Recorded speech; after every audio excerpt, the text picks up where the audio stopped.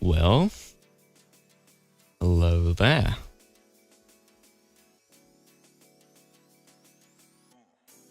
Well, hello there.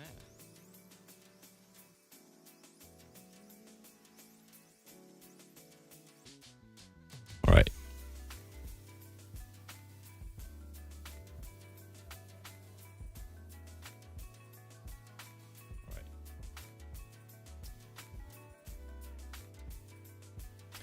So, I didn't set any goals for this stream. This is the first time that I'm streaming on YouTube. We'll see how it goes, I guess. So, I didn't set any goals for this stream. This is the first time that I'm streaming on YouTube. We'll see how it goes, I guess. Am I echoing?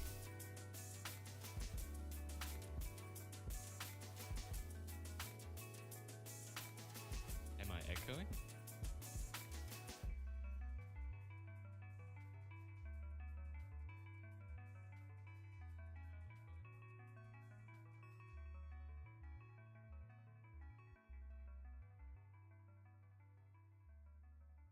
I had my own stream open. That makes sense then. Alright. So I wanted to switch to YouTube because I also upload trailers and teasers and whatever on here. So I thought, well, I just put everything in one place. It's more organized, more neat.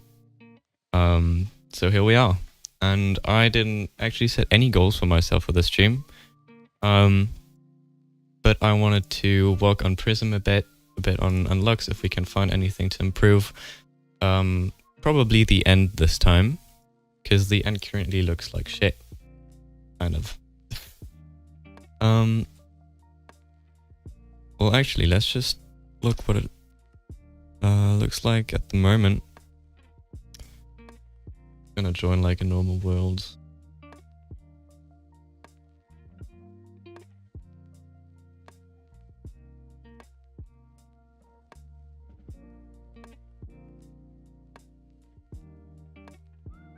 And that's Prism, actually. Let me make that bigger. And also set the correct source. There we go. Professional. I'm a professional, clearly. So yeah, this is Prism. I've been working on the subsurface scattering a lot recently. And there's a lot of things that are pretty cool that go into it. Because a lot of people just project the shadow map depth and do a transmittance with it. And it's based off that. It's just more complex and involved. And I like it. I really like it. Yeah. So Lux, right? Lux is somewhere there. Okay. I'm actually gonna get rid of the PBR resource pack because we don't need it. Just takes up additional memory. Right, so an end portal, right? God damn it. When did I actually go to the end properly the last time? Don't know. It's been a while since I've actually played Minecraft. Don't play it as much as I used to. Oh, definitely not. Definitely not. I used to be quite addicted, I would say, even. Alright. So the end, right? Currently looks like this. And yeah. I mean, you can tell. Doesn't look great. Especially the sky. It's way too bright and desaturated and just doesn't look very good. And I've tried for the longest time to change the sky of the end in Sky Basic until I noticed I think this program doesn't even run in the end. So, yeah, I guess I'll do it in composite then. Don't really know any better way to do it, honestly. So, yeah, we are sampling the depth anyway, so we will just be able to do the sky check there. So, oh, I need to change the scene. There we go. So the sky, right?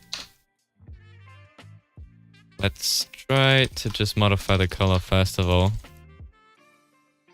And I'll also do some special volumetric stuff for the end. At least that's the plan. But first of all, just getting the sky to render properly would be quite nice. There you go. So that's, yeah, that's black. That's black. That's fine, I think. Not entirely sure the volumetrics. Do they get applied in the sky? I think they should. But that also happens in the deferred pass, so that should be fixable right here. Yeah. All right.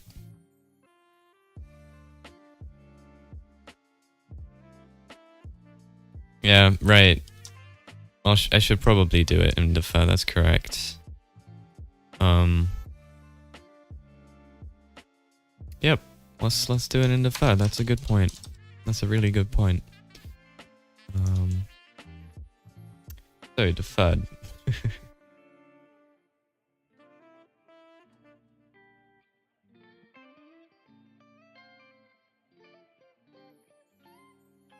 Yeah, I'll do it in deferred for now. I'm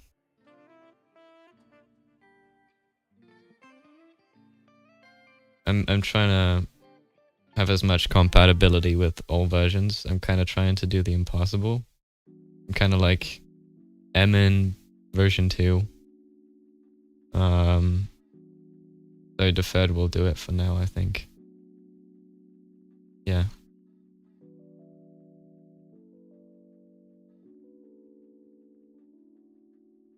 You two with new photon, kind of trying to like stylistic. Otherwise, you're trying to go for something similar as me, right? Just maybe a bit more physically based, because that, I mean, it's kind of what I want to do for the luxury right eventually, but yeah. Anyways.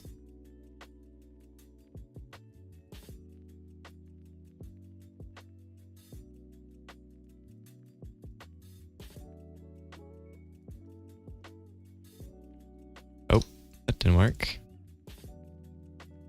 Color.rgb.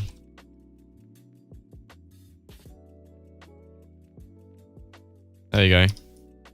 Oh yeah, right. Now we even get the volumetrics to render properly. That's nice. Well, decently at least. So that's cool. They're just way too strong at the moment, but that's another issue. Right. So what I wanted to try actually for the end, you're trying to support at least down to micro 1.12. Somewhere in between photon and lux. Ooh, sounds interesting. So pretty much photon but stylized. Sounds nice. But yeah, I'm trying to have compatibility down to 1.7.10, or at least like compilation compatibility. It doesn't have to, like, it's not like everything has to work. It's just when playing with mod packs, 1.7.10 was like the version for a lot of big mod packs and mods in general. So 1.7.10 is like my goal for, so that it at least compiles on that version. That's pretty much what I'm going for. So I had the idea, I had my caustics approximation for water, but I won't get to use it anywhere, because in Prism I'll probably just ray trace my caustics. So I thought, why not just make the sky of the end caustic shaped? That could be interesting. So it's just something I want to try today. Yeah. So or at least maybe I don't even have to do my caustics approximation, because it's quite slow. It can be, at least. but just something that resembles caustics a bit. Kind of like a laser field, like a, I don't know. Like in sci-fi games, you have these fields, these laser fields. I don't know. Just being like the end being in like a laser field could be kind of look interesting at least. So how am I gonna go about this? So I guess let's just make a separate file for that. So yeah, end sky. Gonna make that a get end sky color function, and I'm just gonna use the view pause because yeah, I don't really need the light color for the end.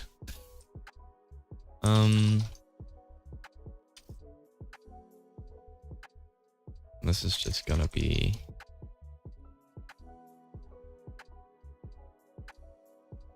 happening here. I need the view pause, so I can just pass that in. Lib atmospherics and sky. Get end sky color. All right. You know what? Let's make it a one-liner. That's more clean. At least I think so. I don't know.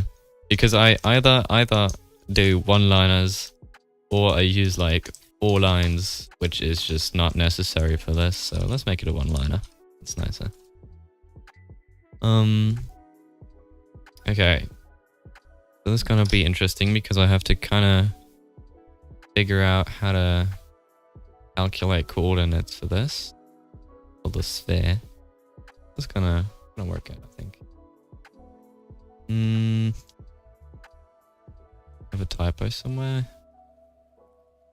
Or the RGB get in sky color. What I called it, right? Get in. Personally, I prefer to have the opening brace on the same line. Yeah, I mean it's a stylistic choice. I guess so you do it like that, but I don't know. I started with Java, and I worked with a lot of developers that just put the braces on a separate line. That just kind of, yeah, grew to like that more. Alright.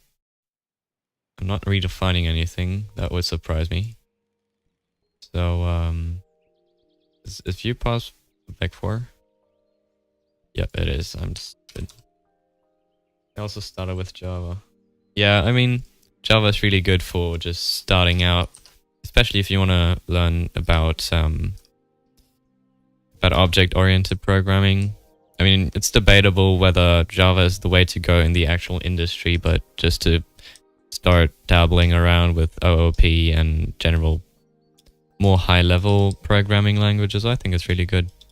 Because I think like a lot of people start with Python, but I think Python just kind of doesn't introduce you that well to data types and objects and what the difference between initializing and whatever declaring is. So yeah, Java is pretty good for starting, but not necessarily something I would build actual projects with. Yeah, Java goes a bit into depth with OOP, but just to get the concept of basic OOP, I think it's the most well-known and most popular language for that. Alright. So, let's make this the view direction.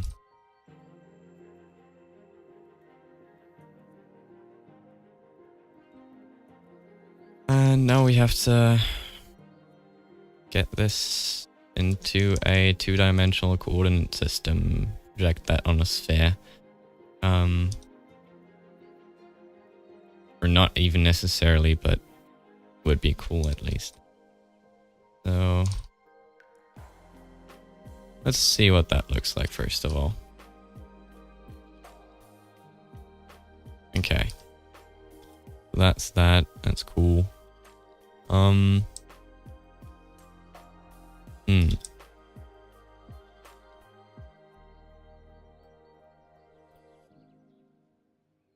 Right.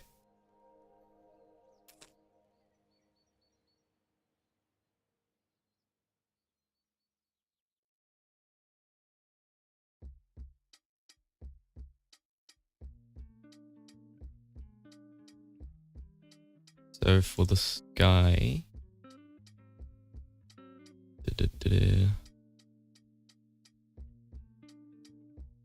Alright. I'll need the y-axis anyway, so let's do that first.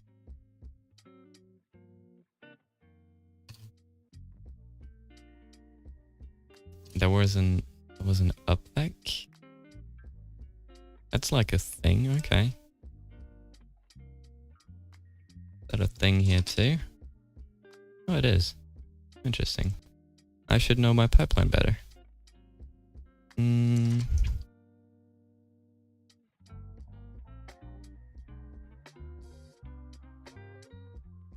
There you go.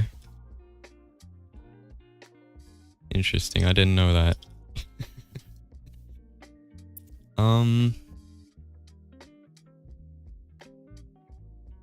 Yeah, it would be better to do it in world space, probably, yeah.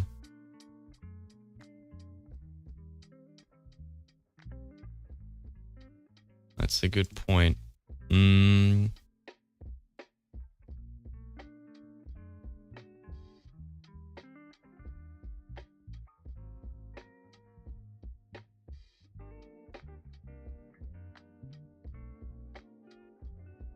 But I'll just do the conversion in the function itself because I'm not using the world space view direction anywhere else. So yeah.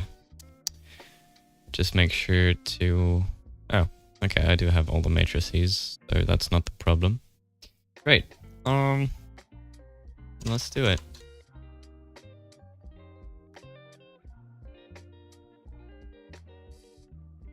Then it'll be model view inverse. I still have to actually learn the conversions by heart. I still have to look them up sometimes. It's not good.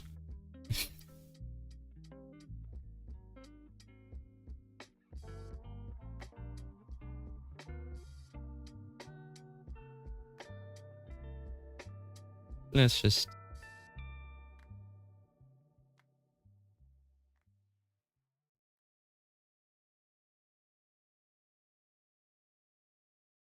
Oh yeah, I could make it a matrix 3, yeah. This direction, you don't want the translational part. Yeah. Yeah, that's right. Or camera position. I mean, yeah, right. If I would have done it with the position, then I would have to add the camera position.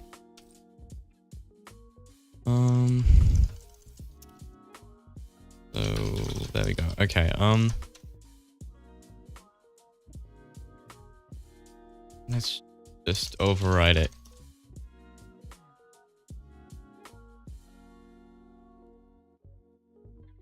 It'd be the same. Yep. Okay.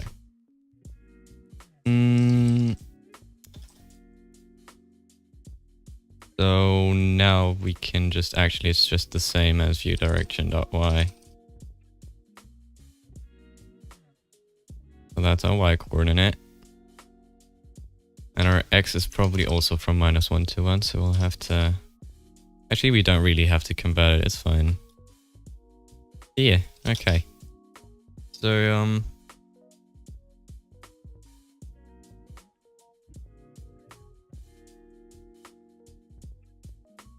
that's our coordinates. We'll just have to make the actual pattern tile. So that won't be any problem. At least it shouldn't be. Okay, so Gerstner waves. I need those. I just have it on my shader toy as an unlisted shader pack, so I can get some stuff from there.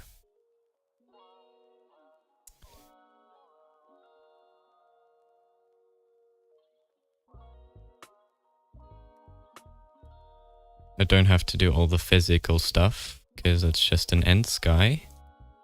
But just to get the shape, I'll just comment that out. Rotation. I do have rotation as my common, I think. Or at least, or I should. Then I'm gonna add it if I don't know I do. Okay. And actually make that a tad bit nicer. There you go. Have you seen Sunks New Ends? Oh yeah, I did, right. Right, he made like clouds like above and at the bottom, and then like it's thundering, and it has like these purple whatever. I think it's supposed to be like just thunder, but in the end, the most amazing part about it is though, like that the light actually, like the light from the sky actually interacts with the blocks. That's pretty cool. I wonder if he actually samples it in a hemisphere, or if he like approximates it somehow. If he just takes like one sample based on the normal, I don't know. But it's pretty amazing, yeah. Yep.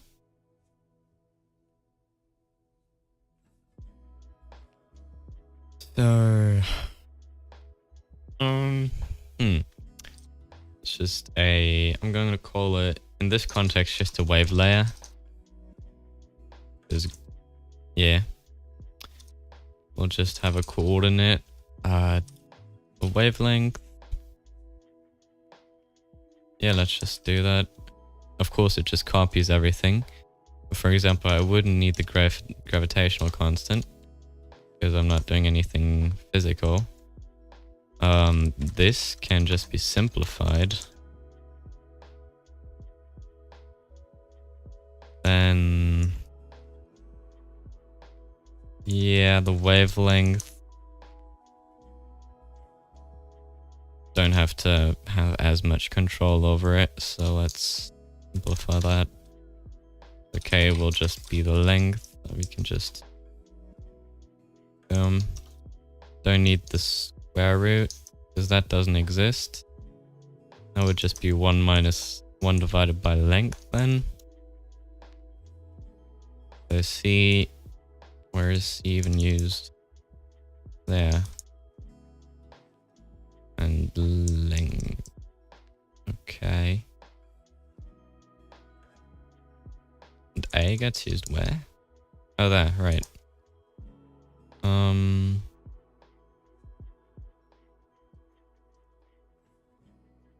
So that just becomes a multiply. Right?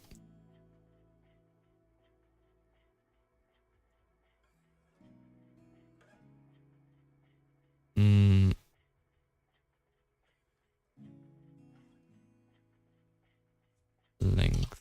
No, it doesn't. That's correct. That's the normalized direction.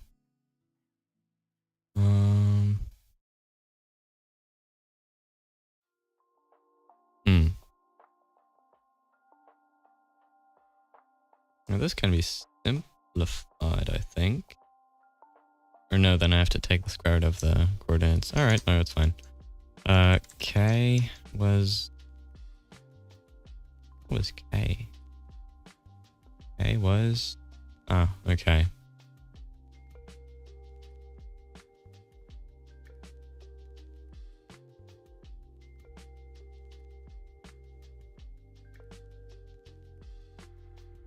Just gonna that will just be normalized. Direction.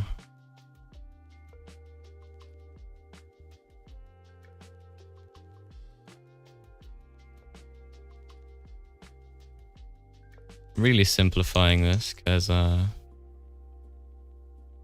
need as much control. And that's deepness.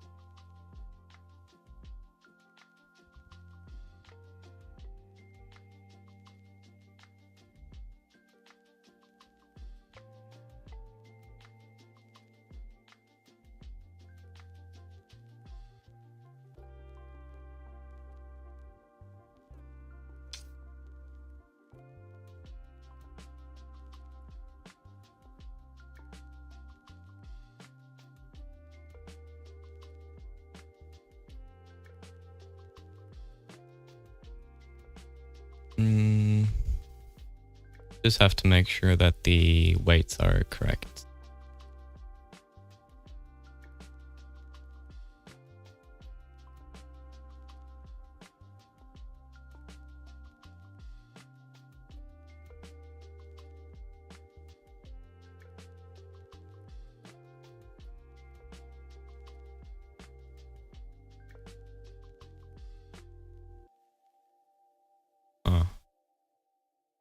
No,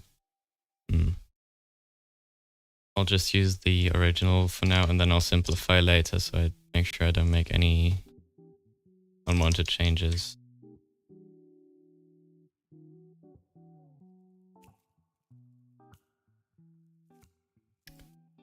So.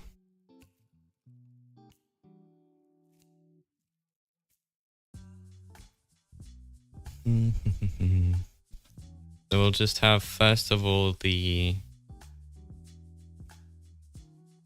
What will I call it? I'll just call it the pattern for now. And then we'll color it later.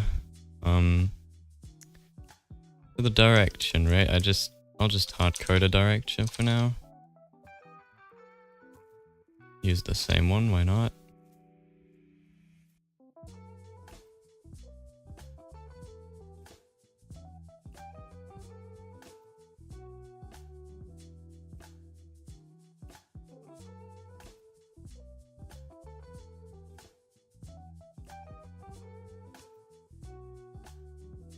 And for now, I will be using, let's say, 10 iterations. So...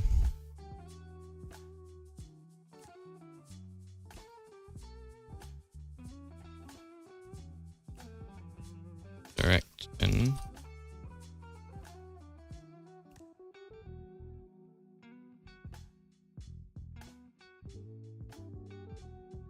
Yeah, I will have like a directional spread of 1, so I don't need to actually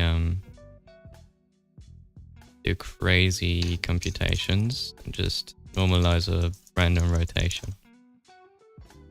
Or I don't even have to normalize it because I normalize it later.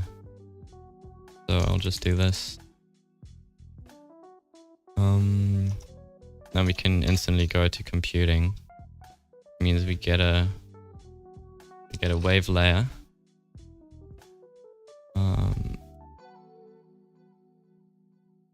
Frequency, amplitude, direction. Okay, cool. Then we add to the pattern the Y and modify the view position. No, not the view position, the view direction. I'll make a separate thing for the coordinates actually. So let's call that chord. And just take the XY of that. Right? XY? Was that it? Yeah, XY, it's fine. So view direction.xy minus that. and that I'll simplify later. Yep. Okay. The drag strength for now I'll make it 0.4. Amplitude. Right. Amplitude. We need more constant. So constant float. Persistence. Persistence has to be quite high for this to work. And the lectionarity quite low. Something like, yeah, already quite high I think, but we'll see. There you go. Let's see here. The vectory of the pattern, and then that, let's say, by 0.5 plus 0.5 because it's based off of signs and these are not in the right range. And this will, I think, I'll rotate mat in my common file. Let's see. That's just called rotate. Okay.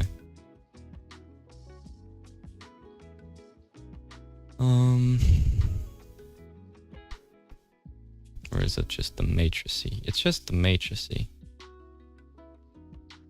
Yeah, so unit vector will do the job. What else, Pack Eagle? Welcome. Let's see what it looks like actually. So I have some errors somewhere. Forgot a semicolon? I don't think so. Save layer.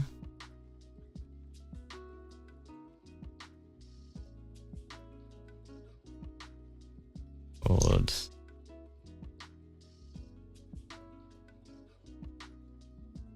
So this should work. Maybe here's a problem with something.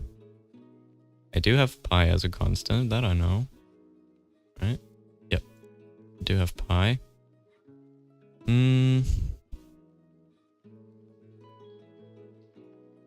Forget something? Amplitude. Direction is a vec2, so that's right.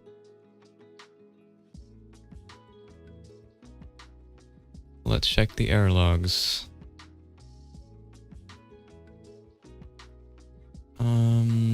Use of under file. Oh, itime. Yeah, that doesn't exist.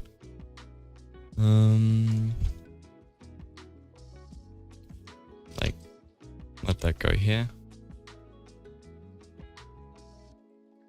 And speed doesn't either. Okay. So, let speed. Yeah, error logs are fun. Very fun indeed. Let's put that above the function actually. Don't have to redefine that.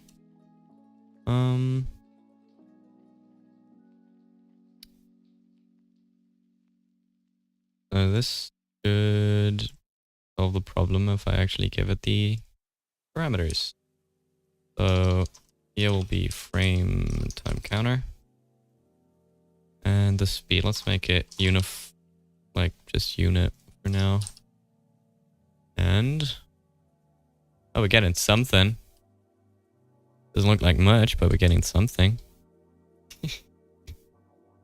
Yeah, now we'll have to tweak parameters. The next thing on the to-do list. So open the log in VS Code, then you get it using Control P.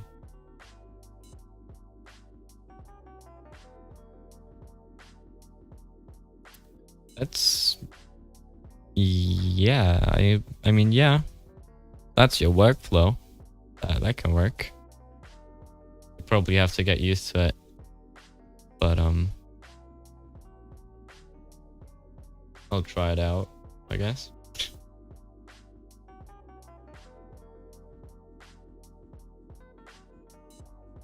So, where was I? Tweaking. My favorite. Tweaking. Amazing. Okay.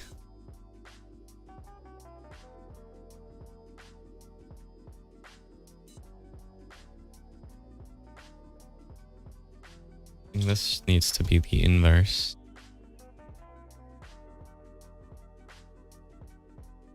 Wow, okay. Great. Let's multiply the coordinate by a little. A lot.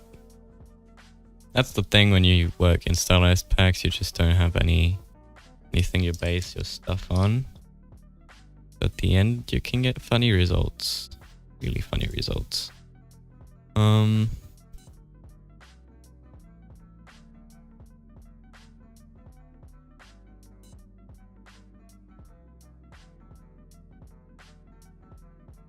Yeah, let's multiply it.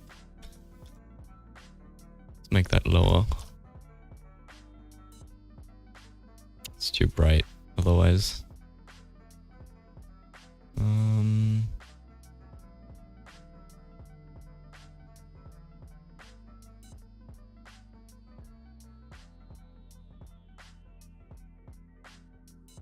From 3D to 2D conversion, you might want to divide by 1 plus puzzle y or something like that. Don't think that's the issue, right? Yeah, no, I don't think that's the issue. It's much more just that the parameters are set not very well at the moment. If I was dividing by y, I would just get a plane. So, yeah, I think I would just get a plane. So I don't know exactly what 1 plus pos.y would be doing, but I don't think that's an issue.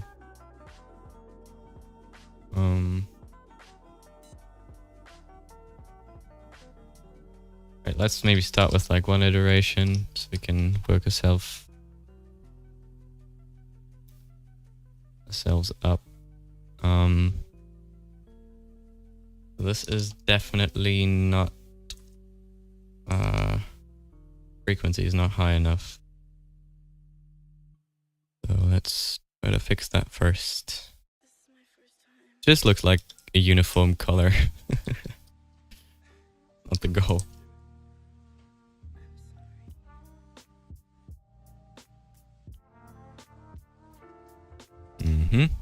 Alright.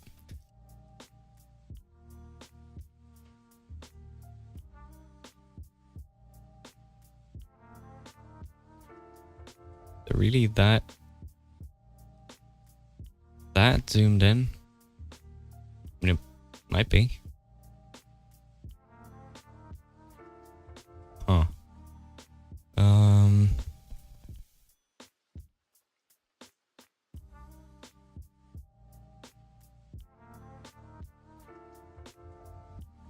Pattern.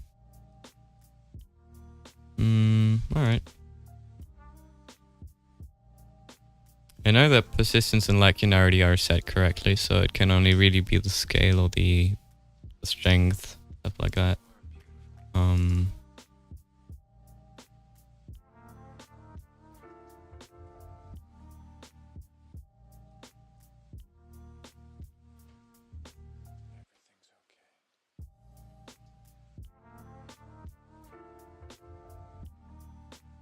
Amplitude.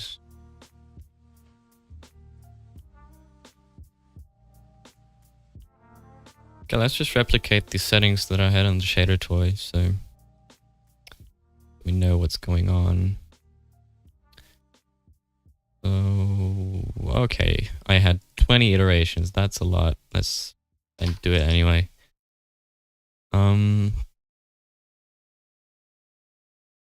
Right, I don't have directional spread implemented in this version, so can't do that, but that's fine. And what was the drag strength? 3.6. Yeah, that's about what we had. Let's see what that gives us. It's just still white. Just still white.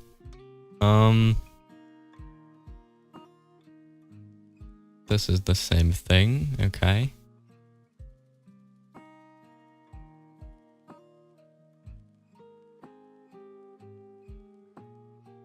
So in the shader tool, I multiplied by 280.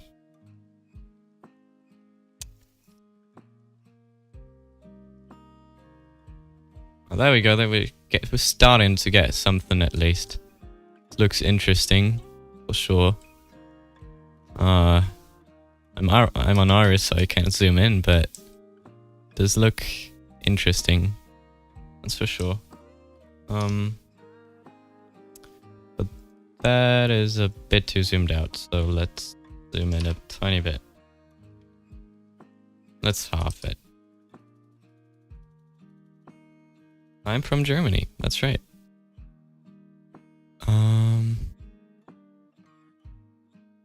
Wow, okay.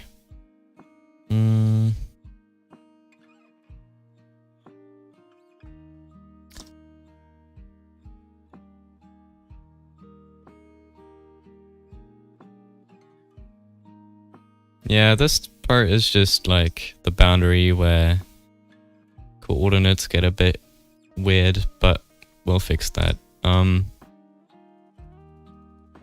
this is too bright.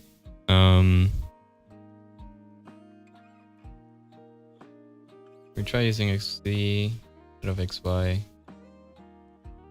Alright. I mean, then I'll just have that stretched thing on the horizontal axis, I think, but yeah, there you go. I mean, it kind of looks cool.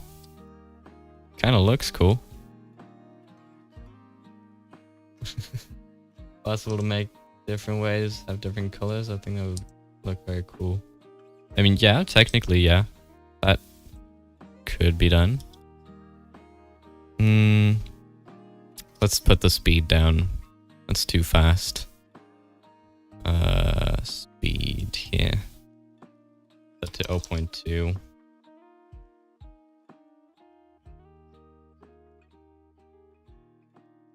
Huh. Interesting. Okay.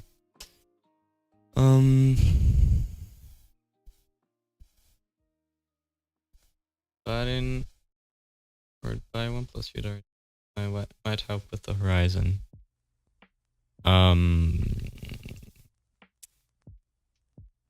Okay, well then.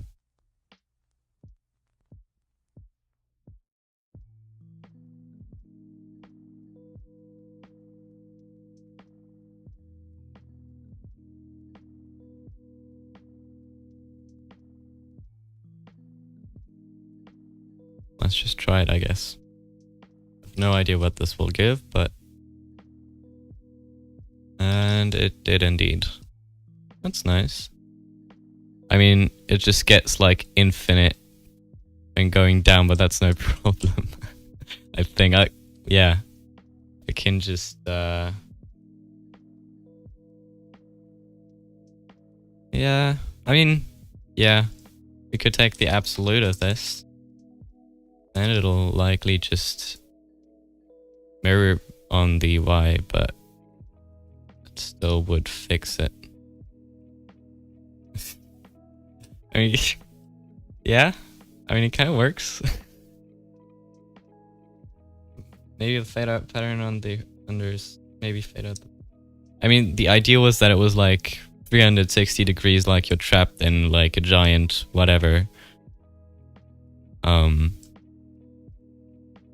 Yeah.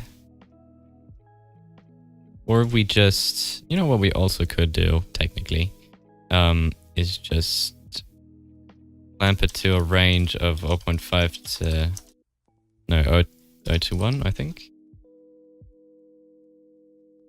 No, we'll just get the same thing, never mind. But we could clamp the Y to that, multiply that by 0.5 plus 0.5, so this in total simplifies to this.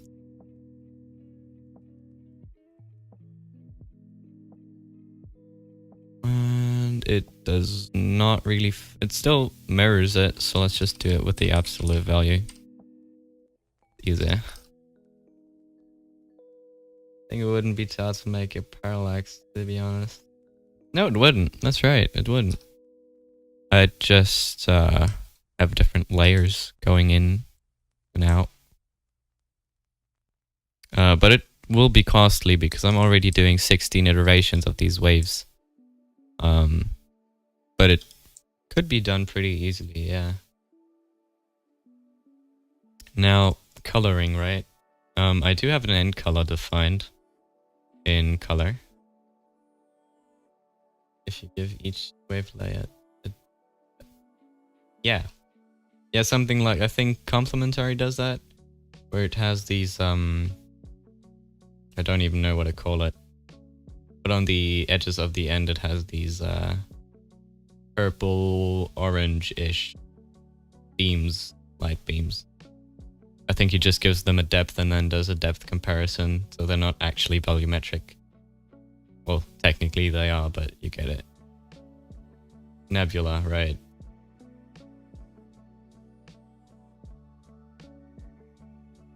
Everyone calls it the end aurora. Nebula. Nebula, yeah, that's probably the word I was searching for. But yeah, end color, I do have that. We could obviously just multiply by end color, but it also uses a trick to detect whether the dragon is alive. Well, that could be cool for like the sky, if it like it could like flicker or get red or something to go like, hey, you're now fighting a boss type of stuff. That could be cool. But right, this obviously doesn't work, so let's make that a vec3.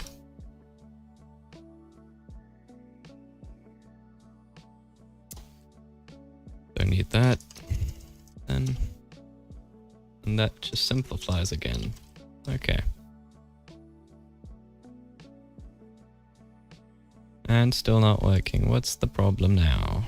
End color does not have a Y, a W component. Yes, it does.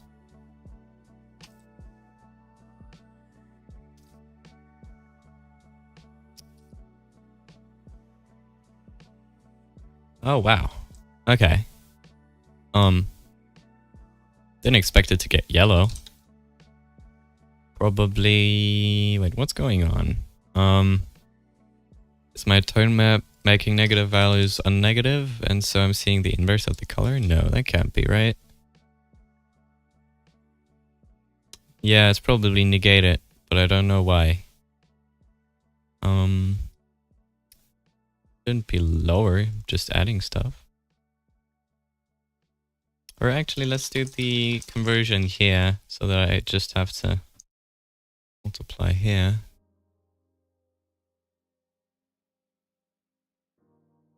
Oh, there we go. This looks more promising, right? Hello there, Mr. Enderman. Okay, so, yeah. It was negated, I don't know why, but it was. But I'm not gonna color it this way. I'm going to do that differently. I'm actually gonna use an exponential because exponentials are cool.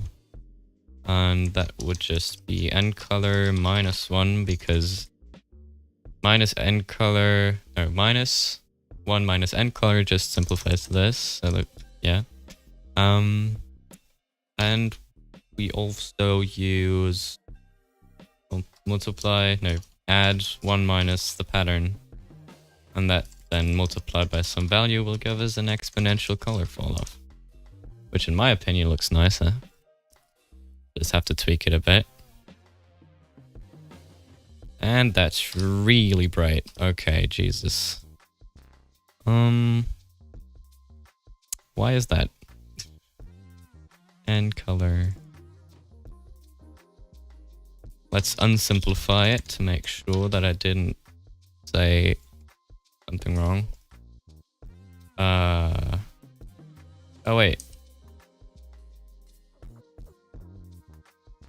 What about doing that?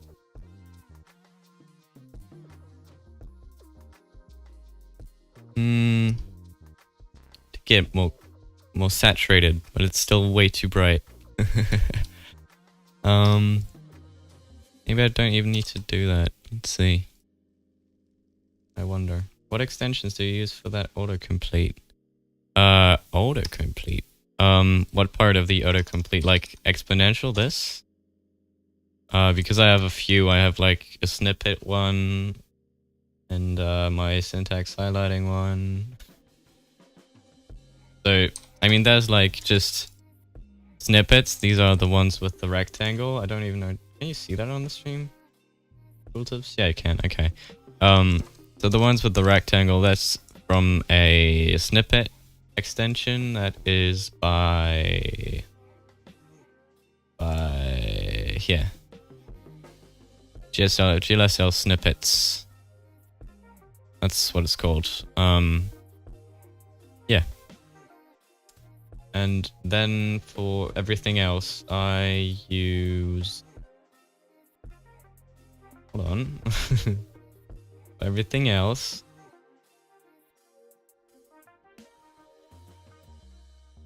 if I can find it. Oh yeah. WebGL, GLSL editor. It's supposed to work for WebGL only, but it actually works for anything, and it kind of shows you... it doesn't work too well with includes because it also shows you what variables are being used and what not. It doesn't work across files, but for everything else, this is what I use. And yes, these are indeed quite a few extensions because I do a lot of different stuff. Shader stuff is my main thing, but then I make websites for my shader stuff. And also I use Julia to pre-compute, so I end up having quite a lot of things. Yeah. But that's it. And yeah, you're probably right. It probably does have to be multiplied. But then that's still -1, so that was correct. I need these parentheses. No. No, okay. We'll figure it out. It's fine. Huh. So, so just the... Let's use... just the pattern for now. So, but that should be 1 minus pattern times a constant, because, it's just really bright, and I don't know why. Is my pattern negative? No. No, that can't be.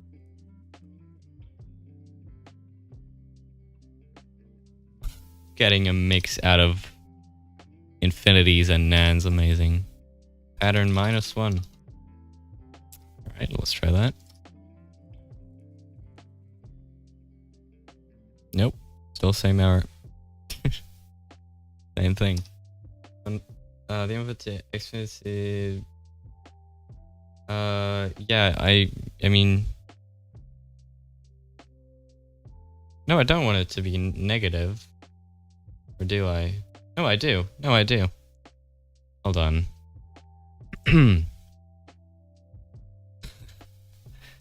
So, just pattern. What does pattern look like again? Just because I have no idea what's going wrong here. So this is pattern. And I might need to clamp it. Because I do think there are negatives. Which shouldn't be the case. Because I'm... Oh. Multiplied A. What is A? A is that... Yeah, wait. Let's do it otherwise. Let's divide this by A instead of multiplying the Y by A. So that we actually make sure that we're in the -1 or in the 0 to 1 range rather.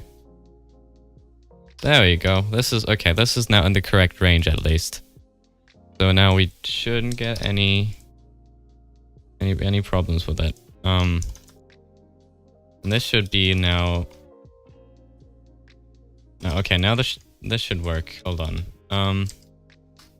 So nColor.rgb -1 times that. Put that in parentheses.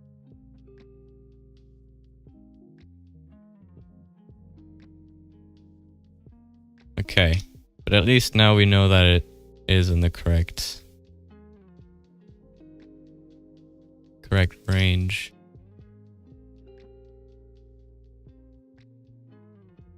No.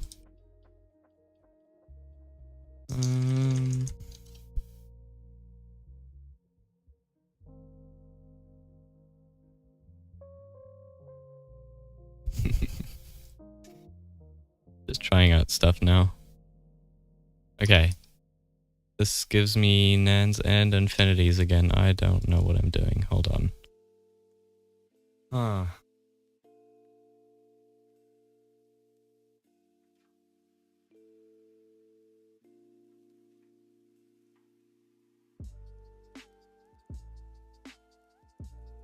Okay. Let's make that lower. All right. Okay. So we might have to just take pattern, but that would only work if pattern is negative, so... Yeah, no it doesn't. Okay. Pattern 1 minus 1 maybe? I just climbed pattern at this point. Yeah, but it's not really like... I shouldn't need to. I shouldn't need to.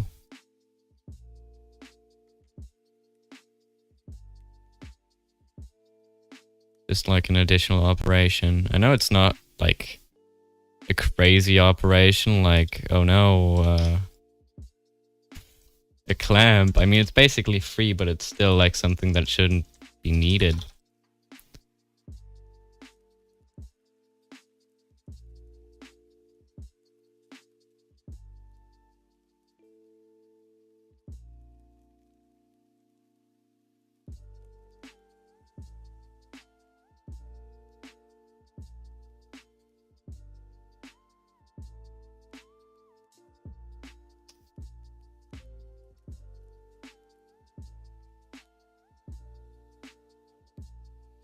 Yeah, saturate is free, but still, I'm picky.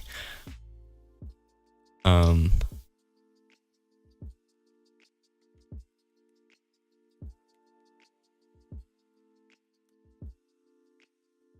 just picky at this point, but it's true, it's free.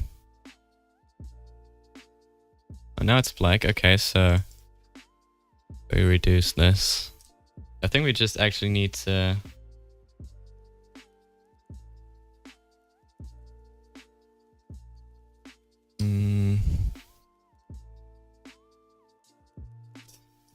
I don't... Why is this not working?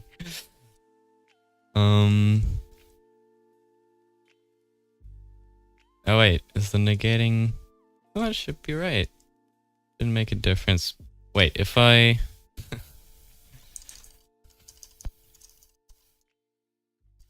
do this. Alright, I'll just clamp pattern.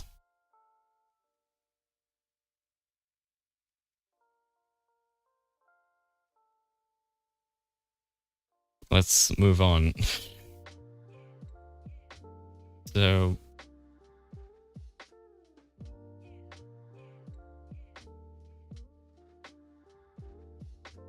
I mean, exponential shouldn't be blowing up if it's in the negative range. So I don't get it.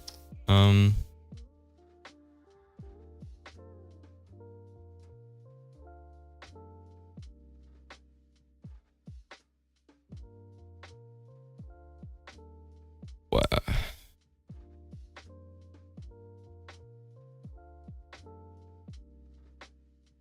Huh. At least it doesn't blow up anymore.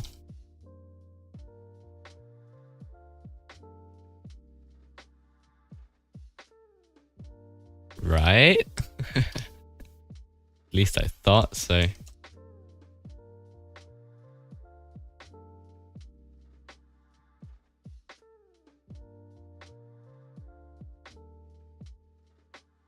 Alright,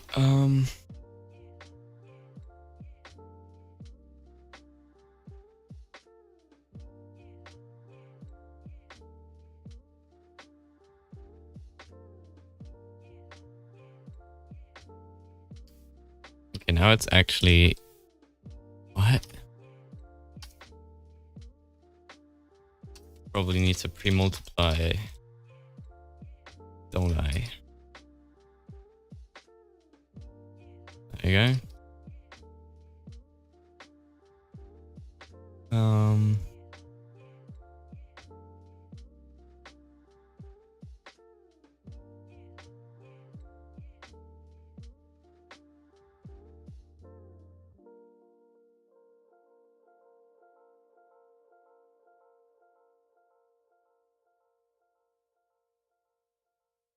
Oh, okay. You got it. So at least... Oh. Yeah, okay, okay. We're getting somewhere, getting somewhere.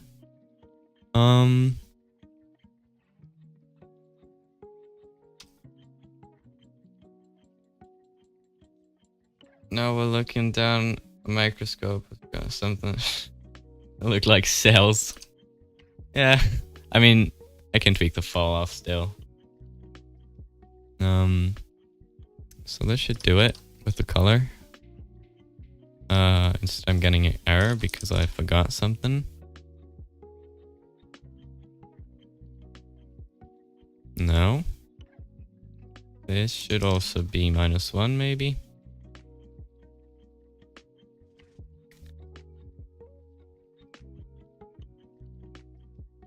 That blows up, right? Maybe we just need to multiply by end color, which I doubt, but hey. Do it anyway. Oh yeah, okay. That's just one minus that. Then I need to tweak the fall off to be going down quicker.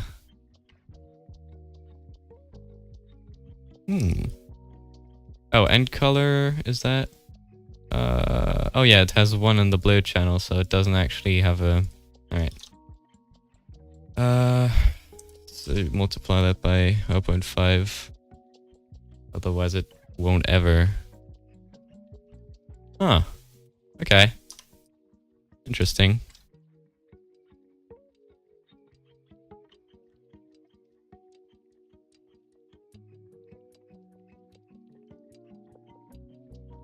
Huh.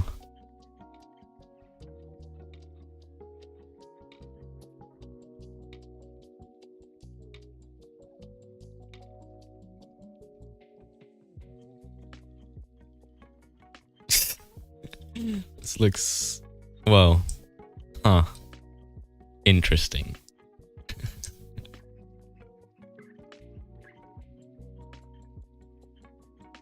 I mean, it's mostly the volumetrics that are a bit obscuring.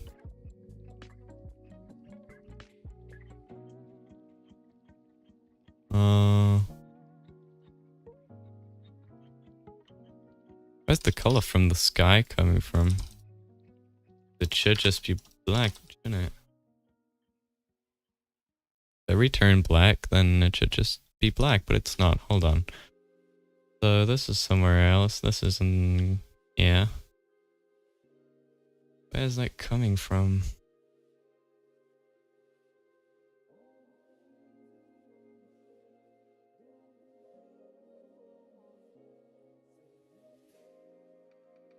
Oh, coming from here. Well, that's not needed.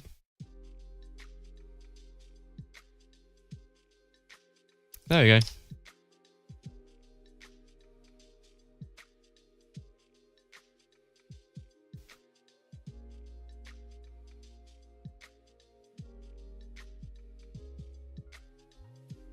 Okay, yeah. Now we can actually tweak and see what's happening.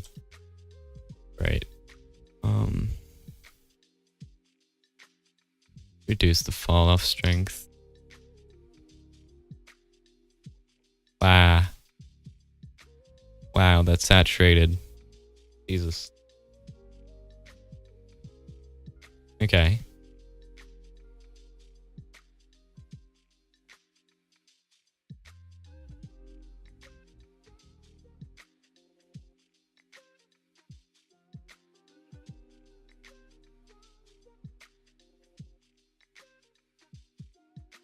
Looks sick though? Yeah. I mean, yeah. does.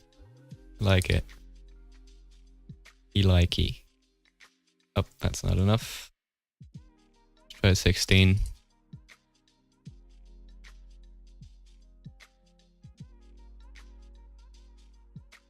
I mean, I'll have to just make it blend with everything else because currently ambient lighting is not reacting to anything.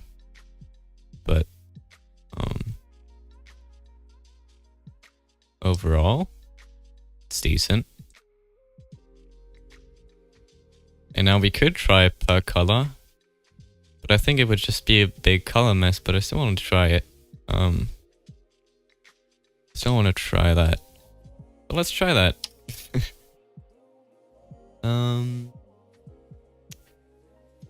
Or also let's try using the color square root, because this is really saturated. I think this might even be slightly better color-wise. We can make that higher a bit.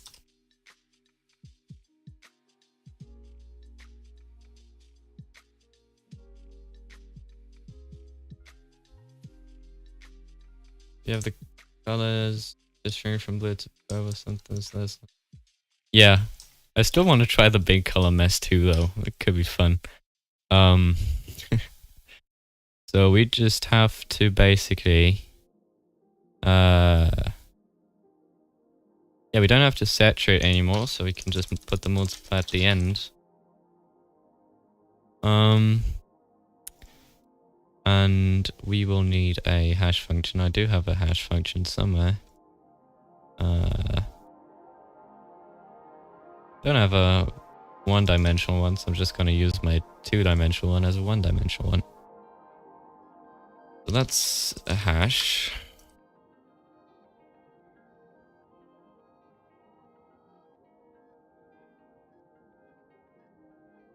And then it's going to be that. Won't look the same after moving that multiply. Pretty sure it will. Well, not entirely the same, not exactly the same. But about the same, because yeah, I'm adding up, then I'm compressing down. But if I'm already doing the color here, I know that this is just goes from 0 to 1 because I'm doing the conversion here. And basically what I'm trying here is just kind of squashing it down to the same range, so if I do the color here, it won't be any problem.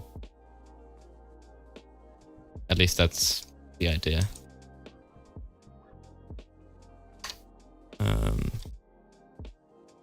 So layer.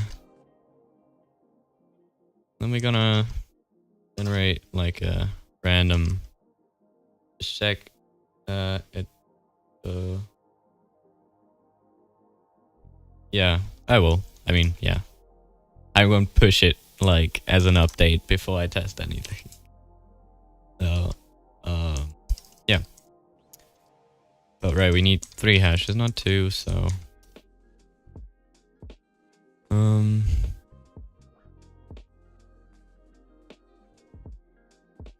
oh, if you want to have completely random rainbow colors, that is. Otherwise, we only need 1, but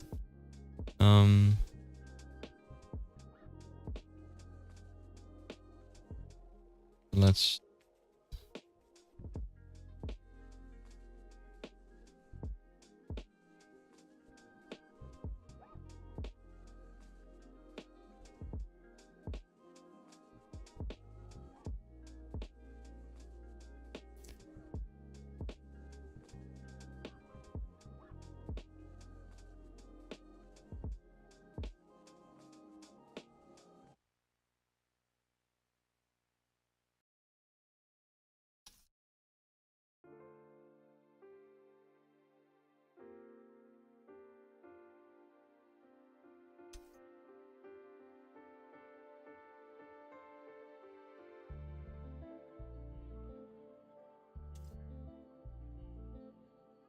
don't know why color is not getting syntax highlighted. Oh, because I forgot a semicolon. Right. Okay. So I did an error. Where did I do that? Or actually, let's just, for the hashes, let's just base it off the direction, because, yeah, let's just do that.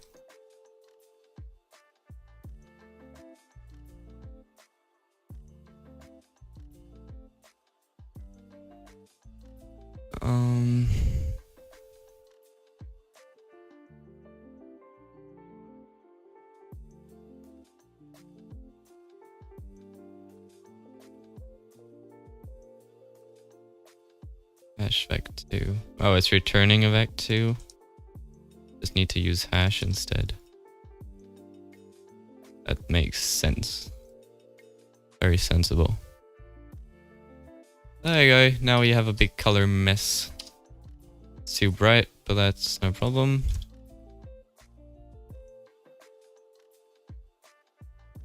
Just multiply by a little something.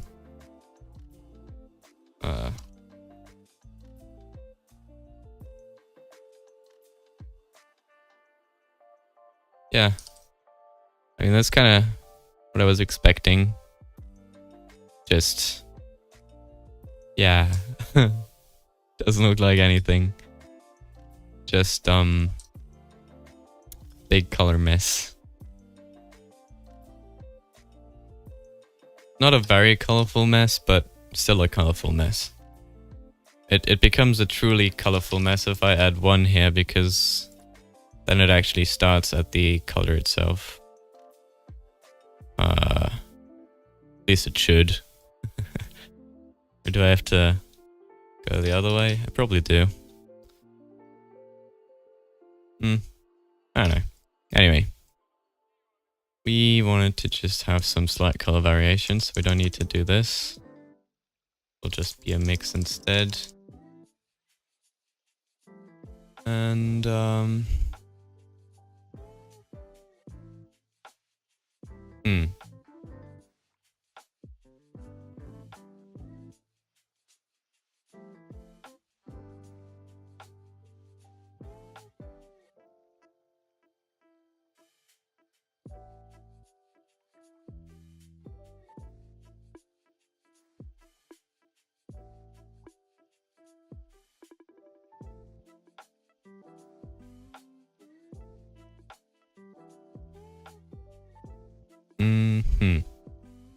Right.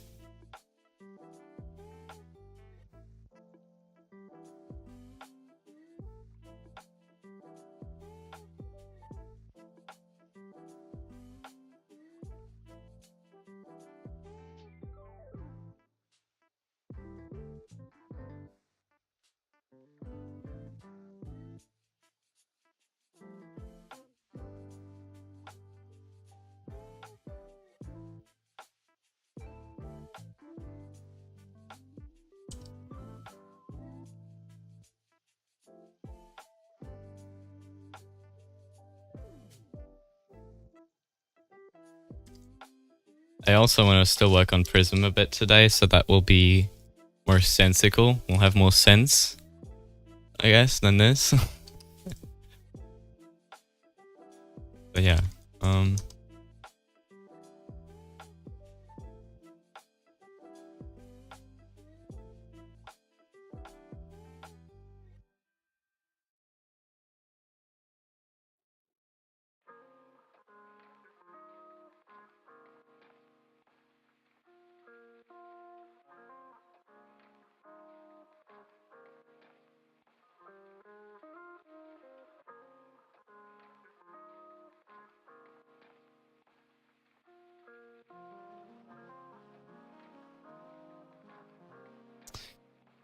okay.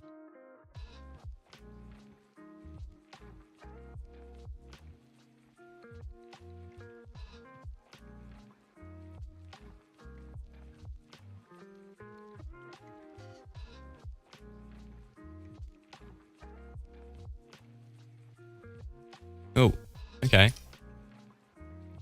Didn't want to do that much.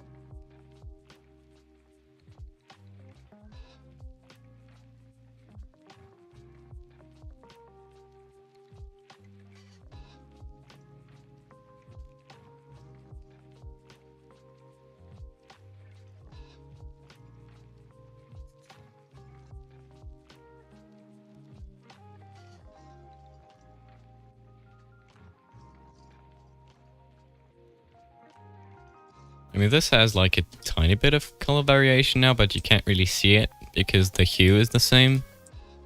So let's change the colors up a bit.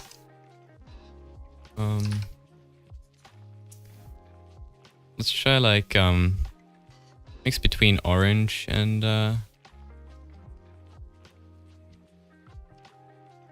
purple.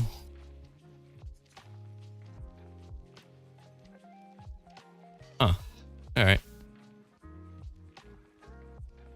Too much orange. Let's switch these. Even though the hash function should return kind of the same, like distribution should be even, but yeah, it seems to be. Let's wear that.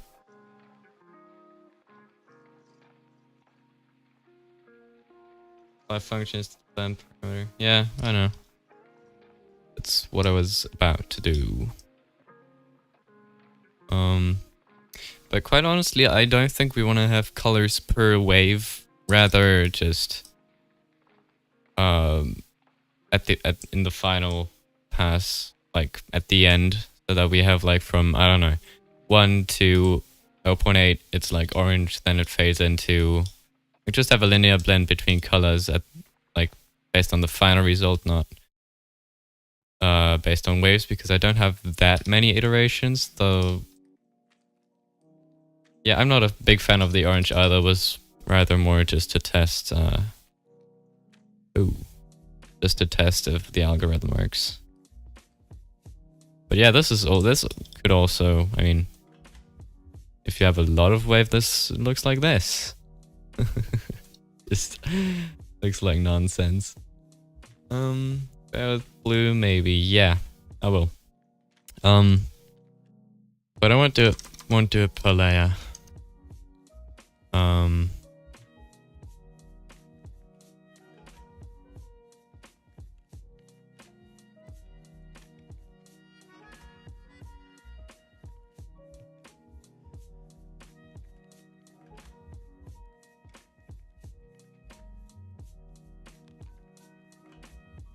Ooh. Damn. Alright. Look at that from like closer.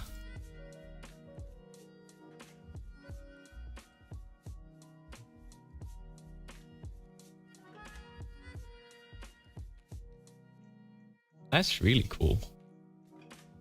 I like that a lot, actually. Damn. Hold on. There we go. That's something, right? This looks really cool. Almost looks like an organism. Yeah, right? I mean, it's too fast in certain places, but we can tweak that.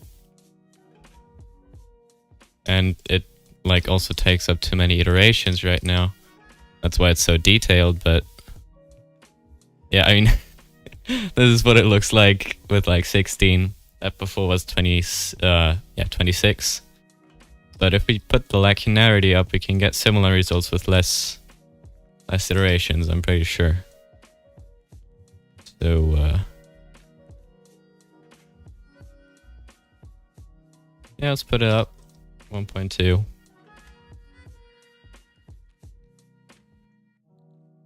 Yeah, there we go. Same thing, less iterations. Let's... yeah, scale down a bit. Have a closer look, because otherwise it looks at like noise in certain places. That's not too cool.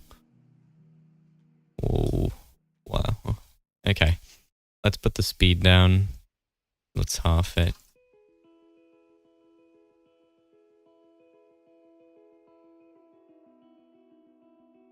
Ooh. Let's multiply it by a little. Like, I don't know. Let's try doubling it. Quite, not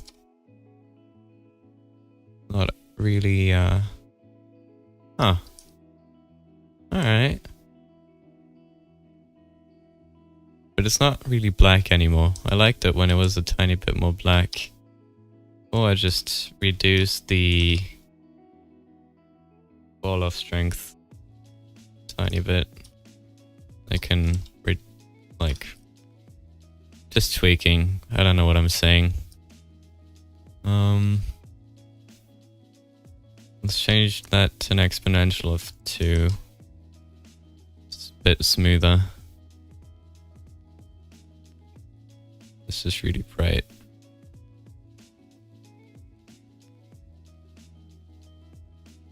Now also try with the volumetric fog enabled again. Well, it won't look very good. But hold on. Just want to get back to what I had before. There you go. I like that the best of all, I think. Because with volumetric fog, you turn that on. The fog, see, it's just a lot less saturated, and yeah, looks like shit pretty much. So that'll be. I'll fix that, but first let's get this to a point where we say, all right, this is where it's at.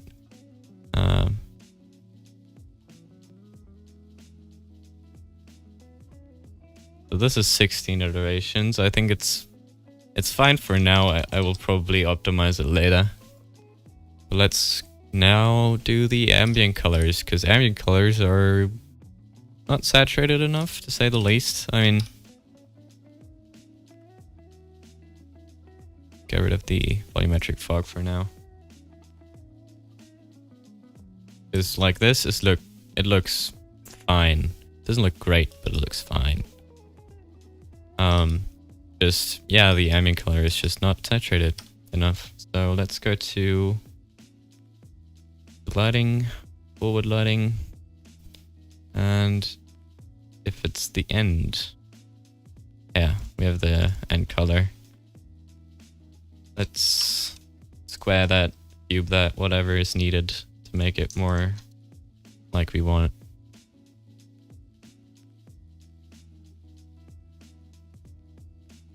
That even what we needed to modify? No, it wasn't.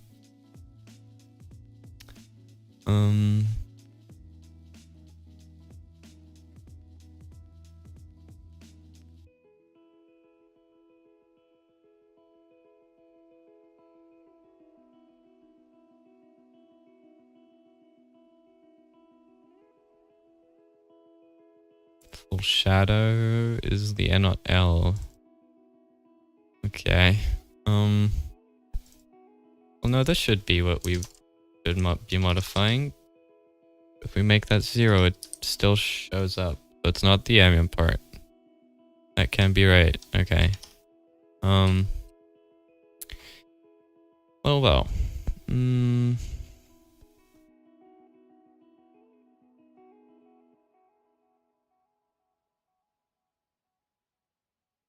Terrain. Check what happens for the end there. By the way, the game is mostly in focus still. Alright, yeah. Thanks for telling me.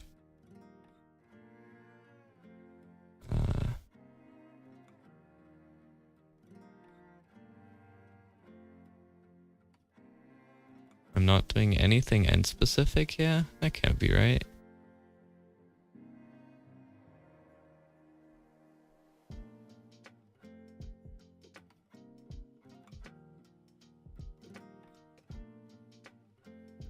Let's get rid of the commented code as well.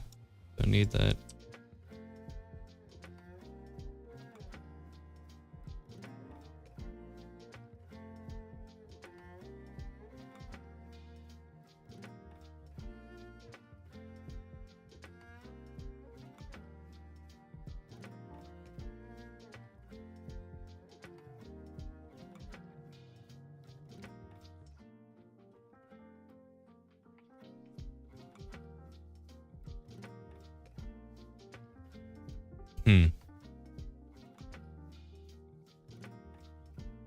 And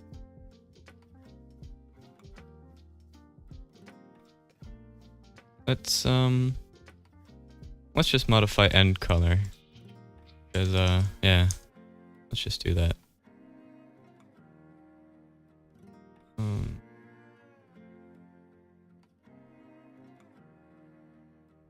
What if we do that? It'll just be a lot darker and saturated, but I don't know. Oh yeah. Okay,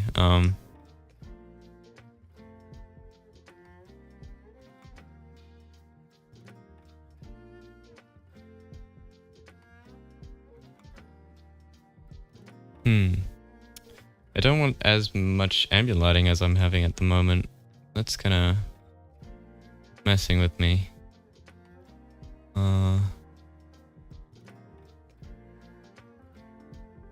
Ambient? No. Should be in color, ambient color. I'm not in the overworld, I'm just returning 0, so that's not the cause. Terrain. Get lighting. There it is.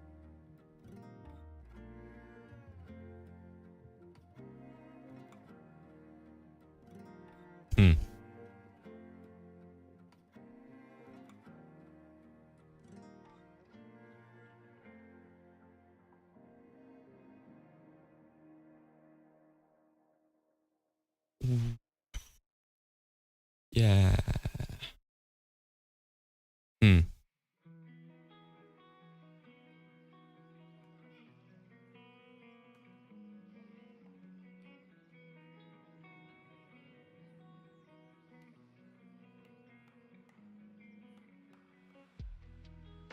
So where am I doing my ambient colors? Ambient color.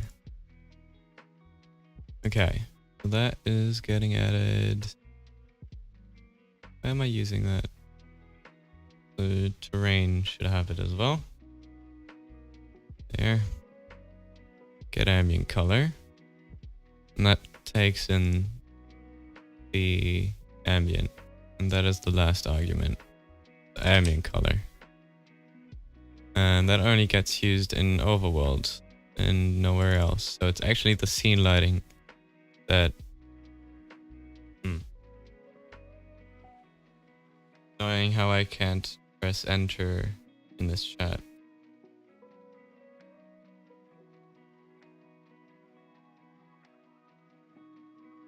Yeah. I mean... that is... oh, okay.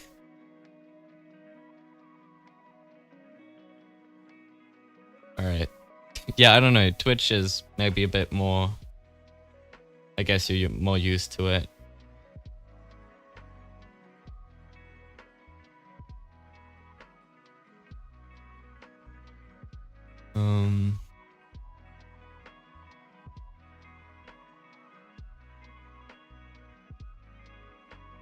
So... what if we remove the min lighting? If we have min lighting at 0, let's see what it looks like.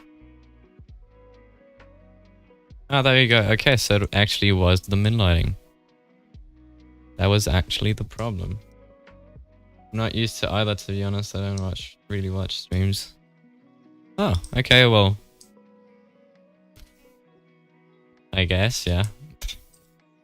I don't know. I like it better to be able to press enter in chats as well. I just moved to YouTube for organization reasons. Used to more often a couple months ago on Twitch, not that much anymore. Yeah, I mean, I guess I don't really watch other people's streams much, except for like a very few specific people. Because I just honestly don't have much time to. I'm either working on my shader packs or on music.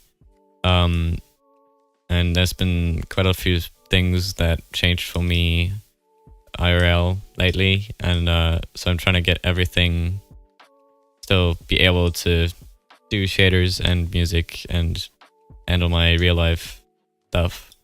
So I really didn't have much time to watch streams or anything like that.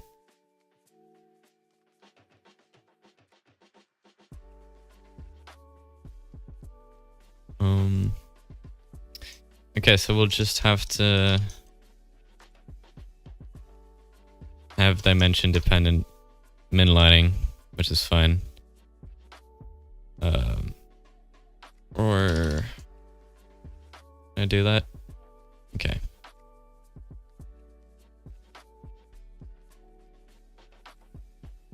I mean, other. Else float min lighting. Well, we don't want it to be 0, just a lot less, I guess. Let's try that.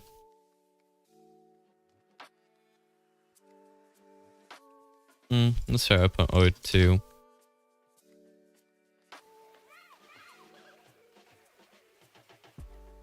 I don't like how min lighting works. It just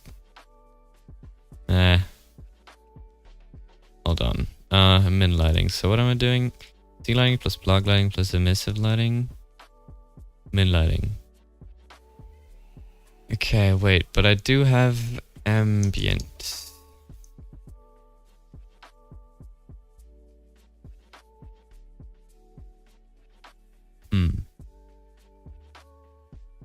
I have a variable for ambient lighting. Plus ambient color. Ambient color. What if I do that?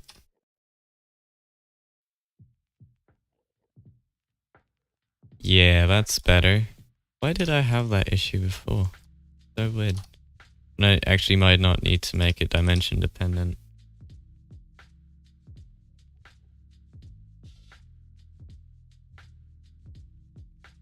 Alright, well, I guess I don't need that.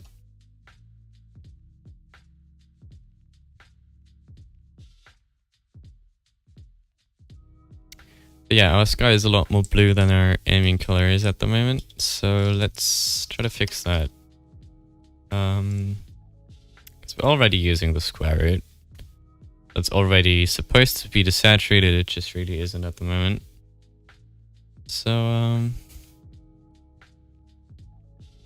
let's play around with values again.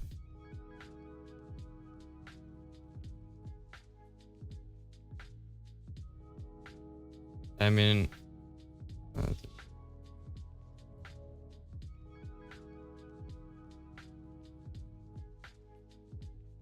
yeah, it should be blue and more saturated. I'm just modifying the sky instead of the reverse for the sky. That's what I'm doing. And then later I change the color so it gets applied globally. But yeah, I forgot the conversion here.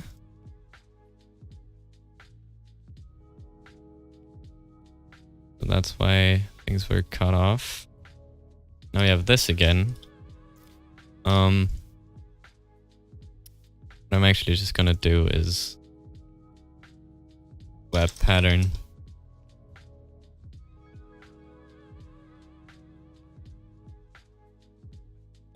Just notice you're using Firecode too. Yeah, I am. I have recently switched to Firecode because before, so I switched quite a few times. I started with Menlo like everyone does because that's the default. Or I think at least it was at the time. Then I switched to JetBrains Mono. Then I switched to SF Mono, which is like Apple's monospace font. And then I switched to Firecode. And yeah, I switched to Firecode, but I'm still switching back to SF Mono sometimes. And then now I saw on YouTube there's like a font, you actually have to pay for it, but it's pretty much like Firecode, just a tiny bit better. And it sets you back like, I think $25, something like that. I'm using a Minecraft font at the moment. I mean, I do have it installed. I could very well use a Minecraft font. Yeah. Minecraft. There we go. Minecraft. I used to use Source Code Pro, switched to Fire Code about 3 years ago and never looked back. Source Code Pro, huh? Do I do that? I don't know. Source Code Pro, do I have that? No, I don't. It just goes to Fire Code, to Menlo, I mean. But yeah, JetBrains Mono. Mono. Looks like this. More, SLA. Yeah, but this is JetBrains Mono. It's a bit more bold than Firecode. It's a bit more stretched on the vertical, or that's what it looks like. It's a bit more modern.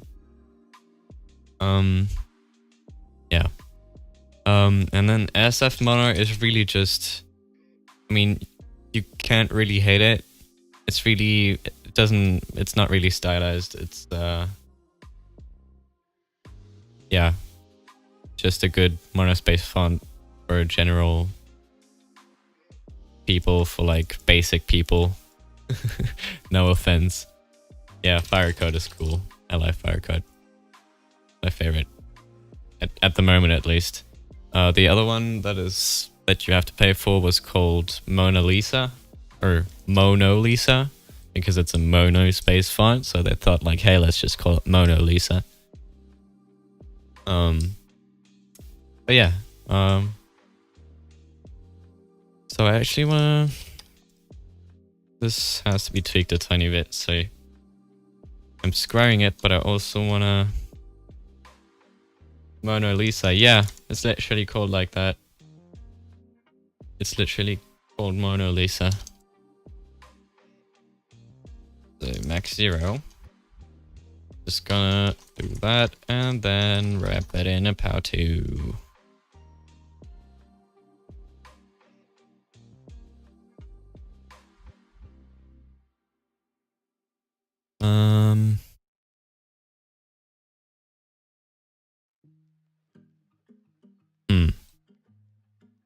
Did I? Oh yeah, I need to multiply by 1.2, otherwise I... Purple, yeah, it's purple. There you go. We're kind of getting where we were before. Basically, I was having just a very harsh linear fall off before. That's nicer. Let's not make it as extreme. Let's go like 1.3. There you go. And now we can put that higher again. And that's really dark. That's fine though. 40. Let's check 40. Okay.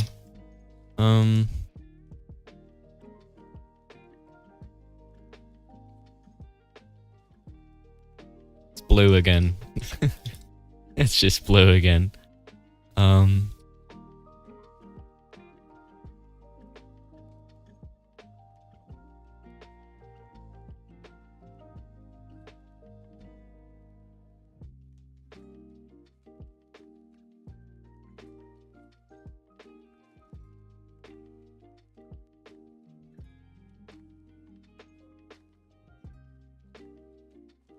Now this needs to be higher.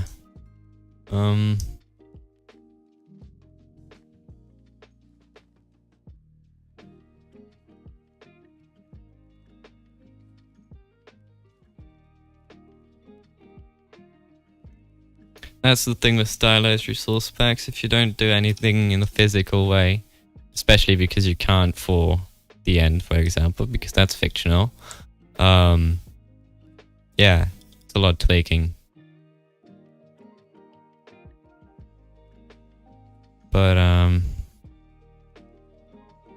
yeah, that's too blue.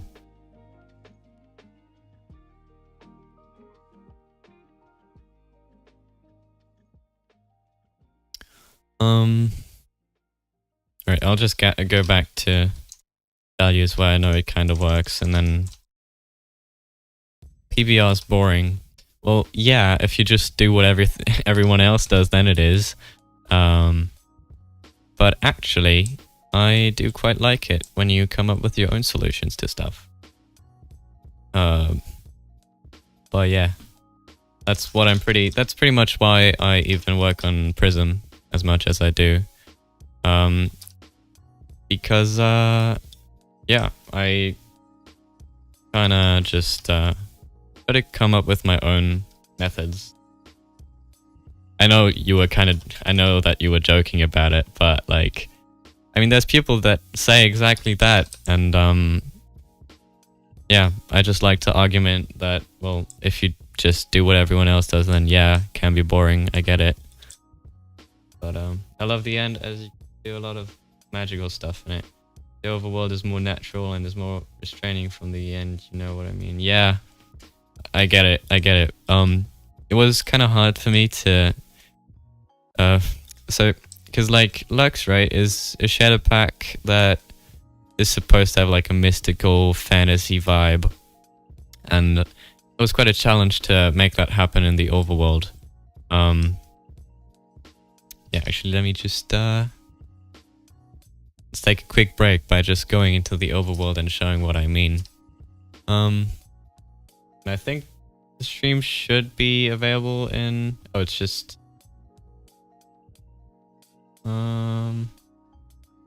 What's like the max resolution you guys can see the stream on? Because for me, it doesn't show all the options. It just says like high, medium, whatever.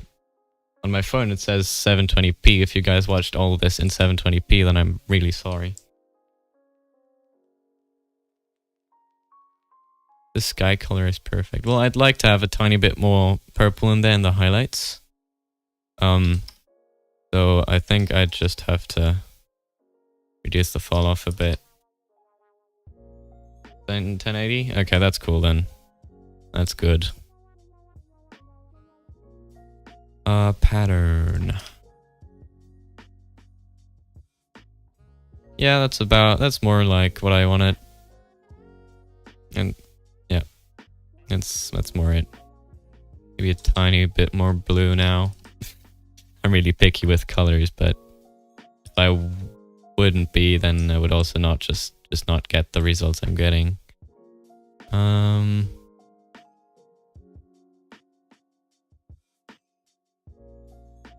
Yeah, this is cool. I think this is good now. For now, at least. I'll probably still tweak it sometime. Right, so I wanted to... So the overworld, right?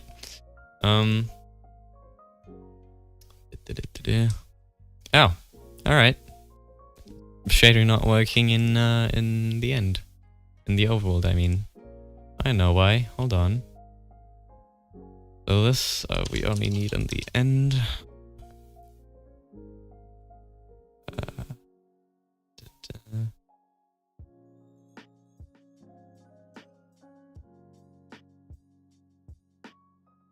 If define the end.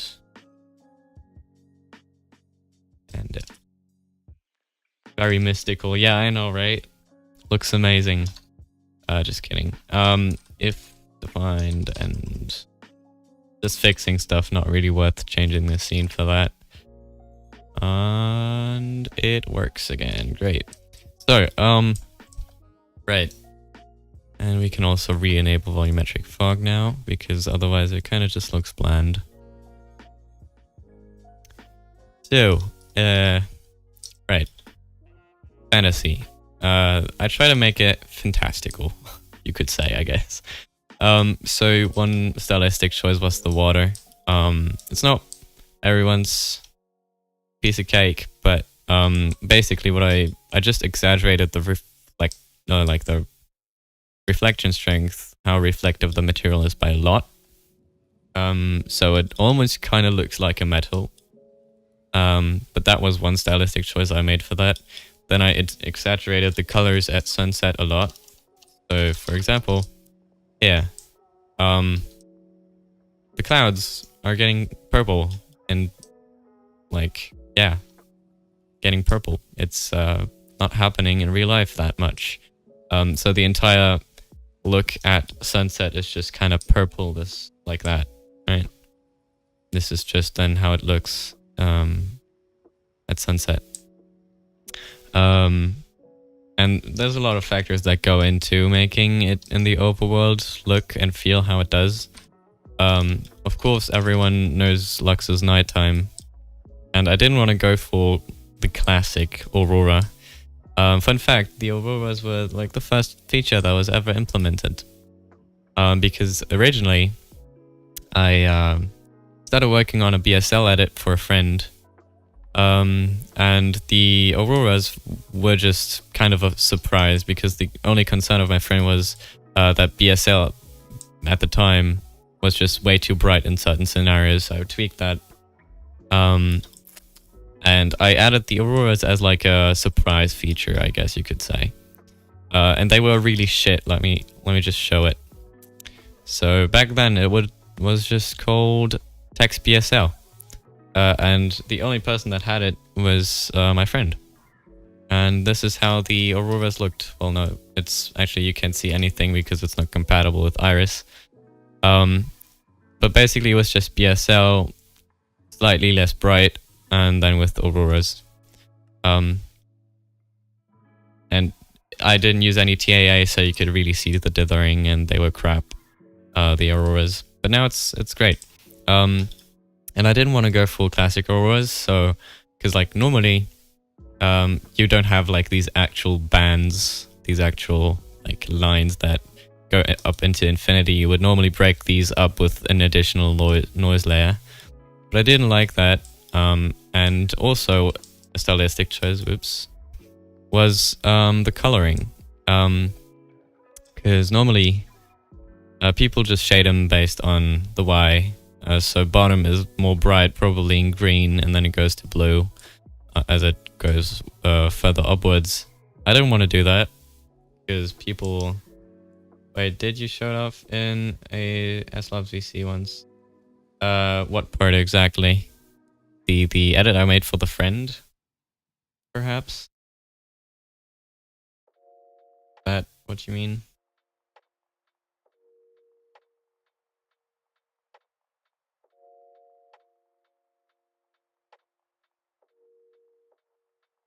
Old BSL edit. I might have. I mean, I was already on Shaders Labs at the time. I think actually when I started working on that, it was pretty much when I joined Shader Labs. That was about the time where I joined. So yeah, probably, maybe.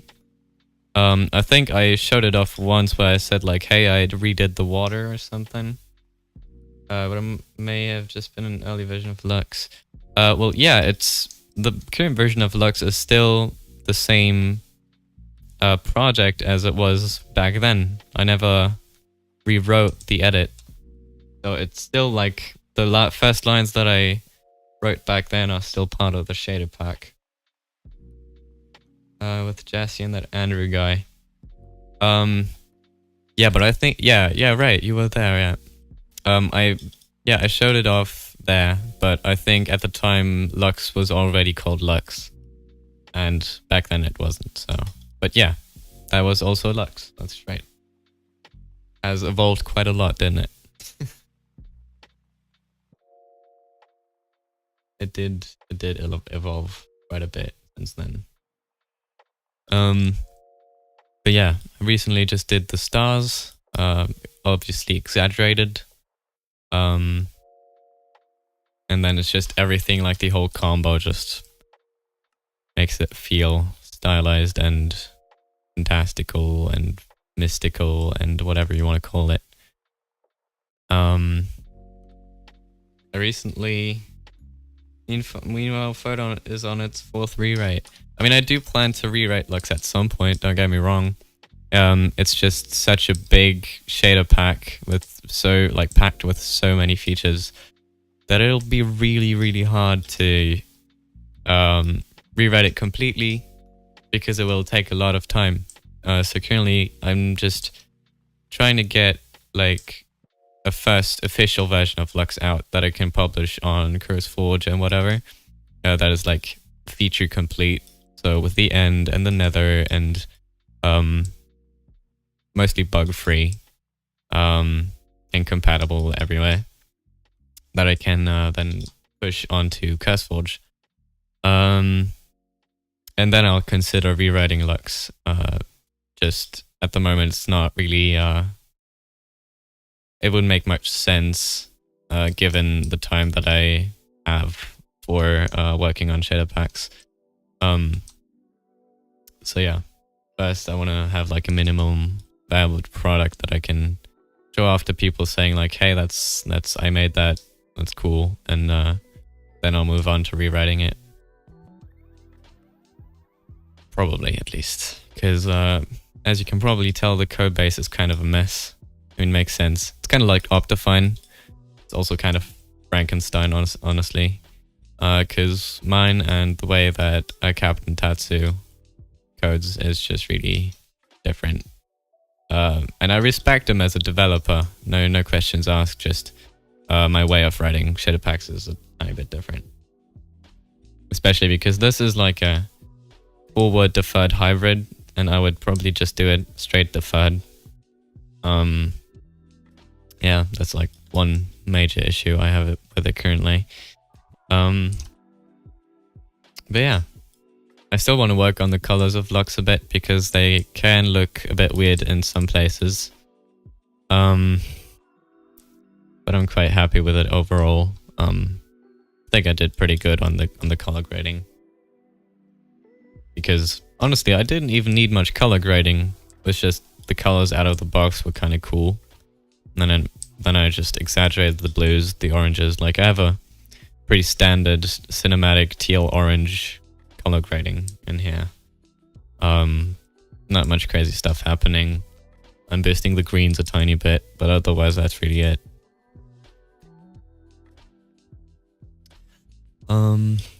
Yeah, I will still look into maybe in the rewrite doing integrated PBR, because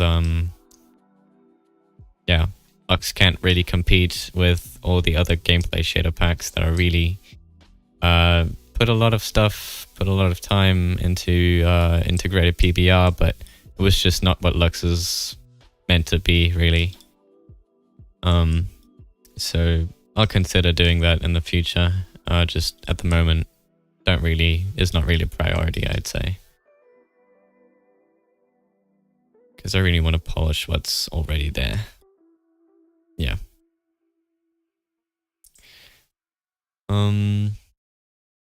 Right.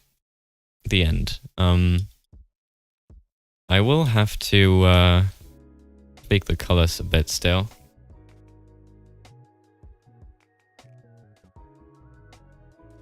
You really like Lux and where it's going. Well, thank you. I already think it's going in a pretty good, I guess. It's coming along well. That's pretty much what I wanted to say. But yeah. And all the end. So the sky texture is good. What I might want to do though is have it like stronger at the horizon and less at the top, I guess. So absolute of U direction, and that then the exponential of that. I love exponentials, if you can't tell. Although I said I am considering implementing a fairly minimal integrated PBR. Yeah.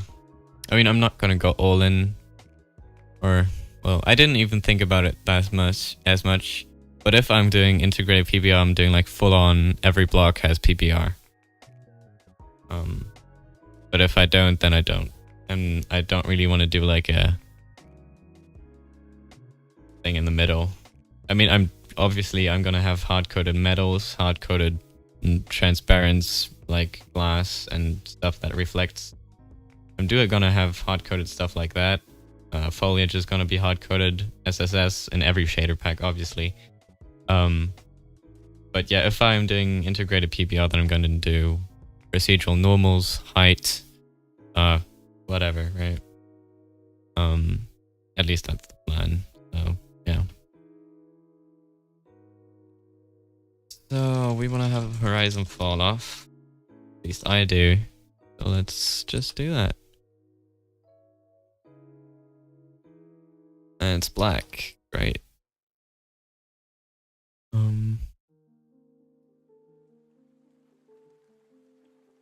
U direction, not Y. What was it? Not entirely sure. I might want to do this instead.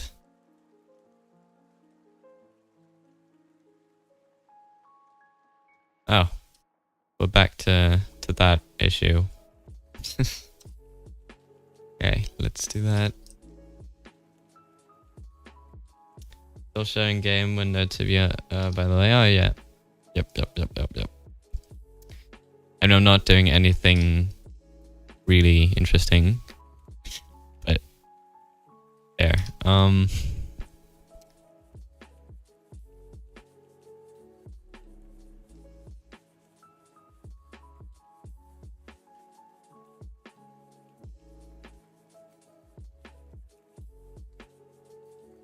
View door.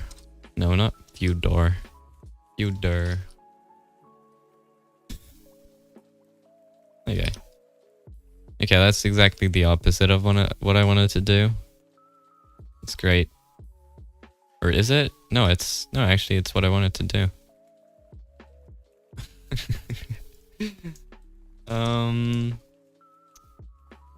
Just the fall off is not really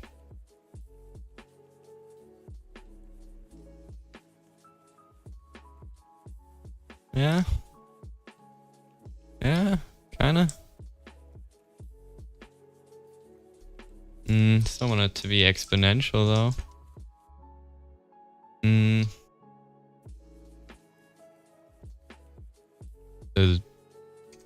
Oh, okay, well I just need to multiply the absolute value then. Nothing crazy, but like negated. If I'm not mistaken. Yeah. Right. Exponential base 2 though.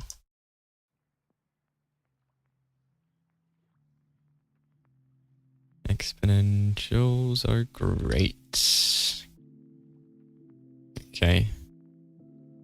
Let's try 3.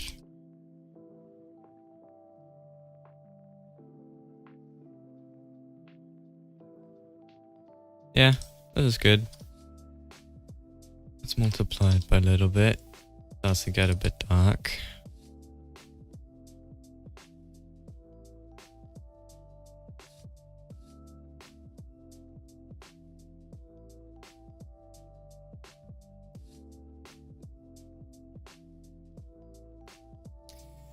Okay, so pretty blue.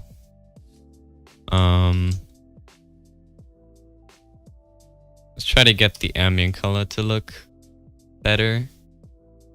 Or even let's just hard code this color right here. Let's just hard code it. So yeah, let's just try out different colors. The Vec3. Also, this is cool. When you download the snippets extension, you also get this color picking window. So that's, or I think that's part of the snippet thing. So that's neat.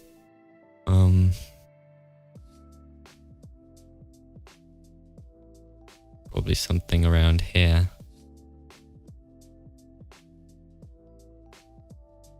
You're gonna add something in the sky to represent the shadow light? I do not know yet, no. I mean, if I keep the shadows, yeah, I will. If I don't keep the shadows, then yeah, I might just not keep the shadows, honestly. because I don't have any real idea for the shadow caster or light source. Yeah, don't know. So I guess I'll see. If you have any suggestions, feel free to say them, to propose them.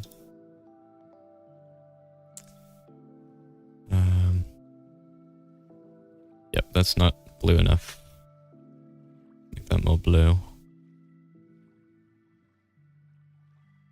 Oh, didn't want to open QuickTime Player. That's not what I wanted to do. There we go. Now we're at where we were, kinda.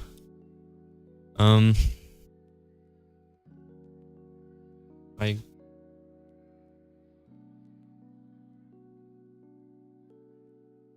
no clue. Yeah, I mean, people started using like black holes, but I think that's kind of stupid. Because I mean, black holes, they don't cast light. Doesn't make any sense. So yeah. And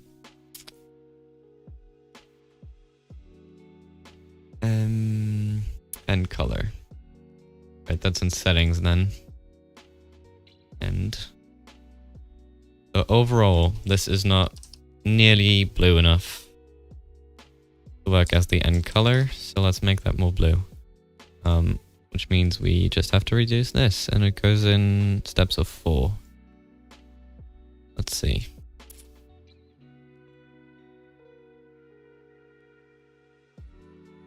A white hole. I mean, yeah, they do exist, but I don't really know how would I do a white hole. It's a good idea, though. It's a good idea. Just a white hole? How does a white hole look? Just like a sun, basically. Don't think so. Don't think so. So I feel the fog should be much less dense. Yeah, that too. But it's also not colored right. So that's another issue. Wow, okay, now that's really saturated. Jesus, okay.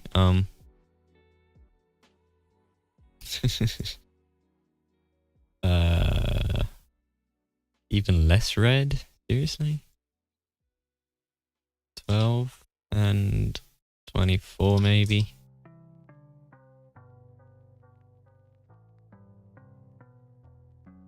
Oh, okay.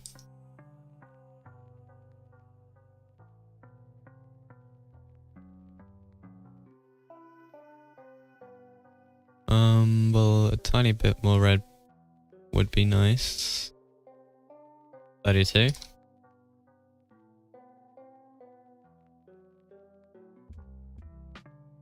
Yeah, that's kind of it, I think. And okay, let's just look what it looks like without the volumetric fog.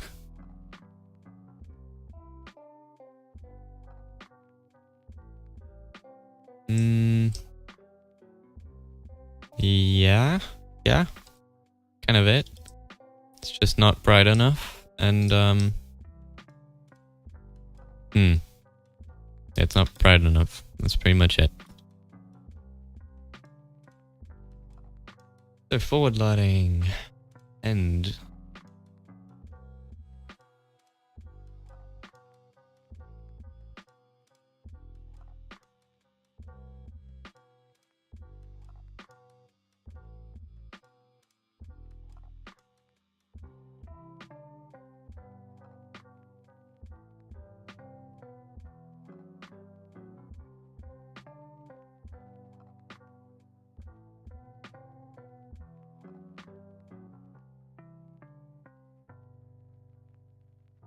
kind of starting to look like something at least. There's still some fog back there. All right. Yeah, let's work on the volumetric fog because it's too dense. Or, well, not dense enough at far distances and too dense at short distances, so. Atmospherics.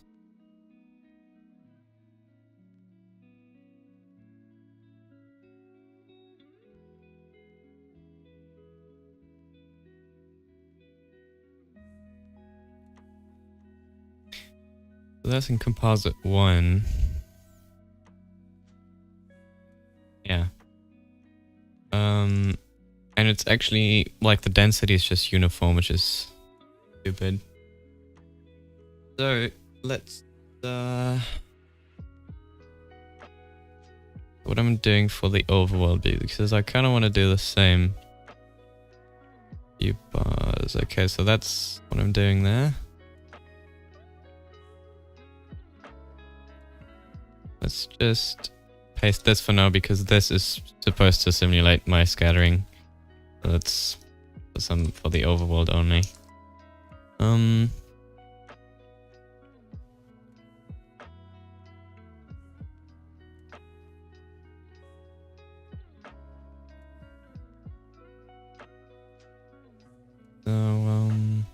okay. Just multiply that by VL visibility fog, I guess, yeah. Let's just call it that, that's fine.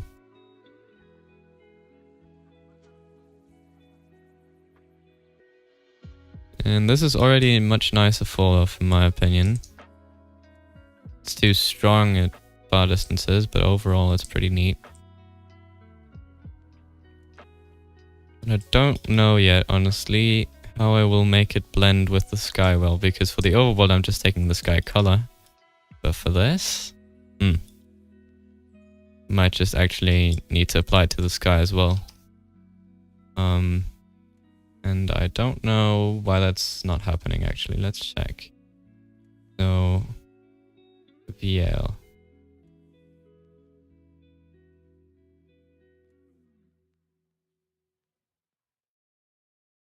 Making it altitude dependent would look sick on the pillars. Yeah. I mean, that's planned for the future actually. I just haven't gotten to do that.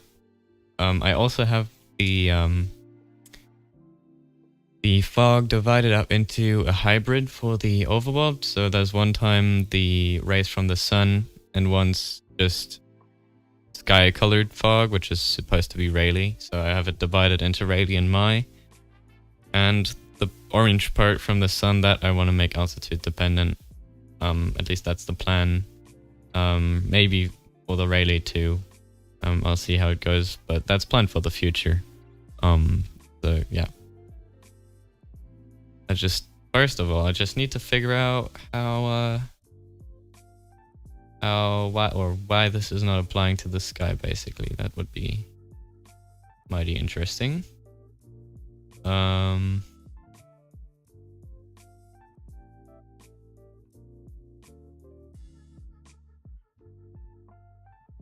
The 0.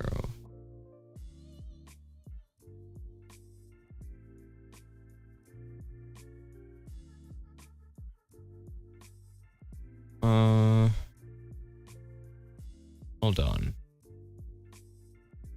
You pause.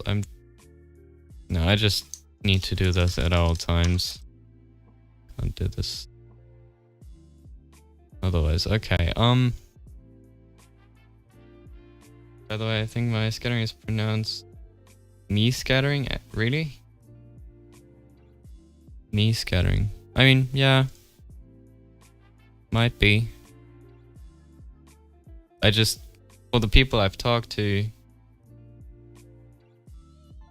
Mie scattering. Nice. Well, at least you got creative. Yeah, I'll look that up sometime. My. I think I probably just call it my because Jesse calls it my and everyone else that I've talked to calls it my.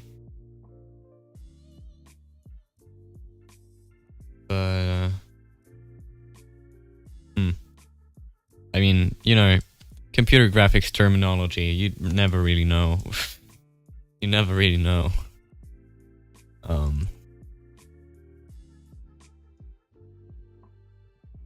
Maybe it's just VL itself that is not happening for sky. See, this should be in atmospheric volumetric light. Oh yeah, great. It is actually because of that. Wow, okay. Well, We have to find overworld. Then let's do that. Otherwise, let's not. The MIE was because ever since studying Spanish, I automatically use Spanish style pronunciation when encountering a new word.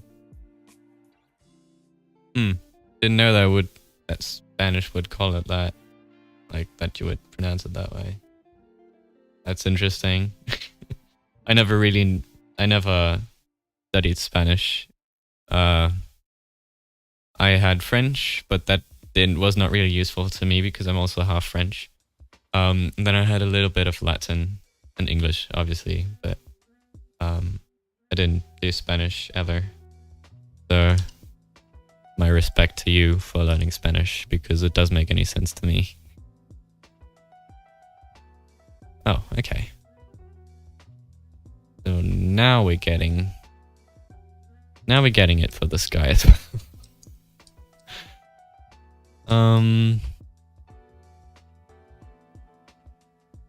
Yeah, it's just way too strong for the sky. Just need to multiply it by a little. Back here. So this should be actually here. So this is gonna get multiplied by float. 0 equal to, no, not equal to 1. That then, I don't know, times 0.8 plus 0.2. I could replace it with a if statement. I'm lazy. I'm not gonna. This is not enough. Darkening. French is the most beautiful language in the world. Thank you, I guess. But yeah, it is. It truly is. At least I think so. There's a lot of people that think it's not, but I think it's pretty neat.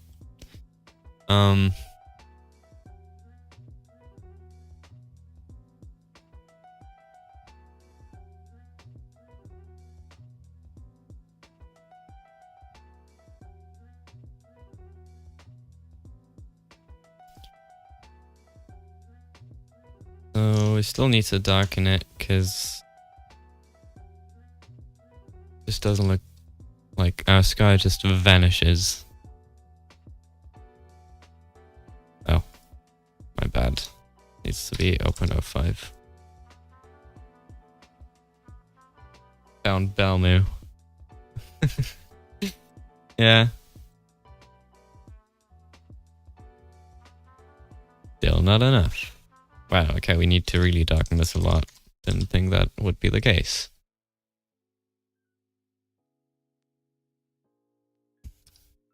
It's kind of, yeah, this is kind of going somewhere, I guess.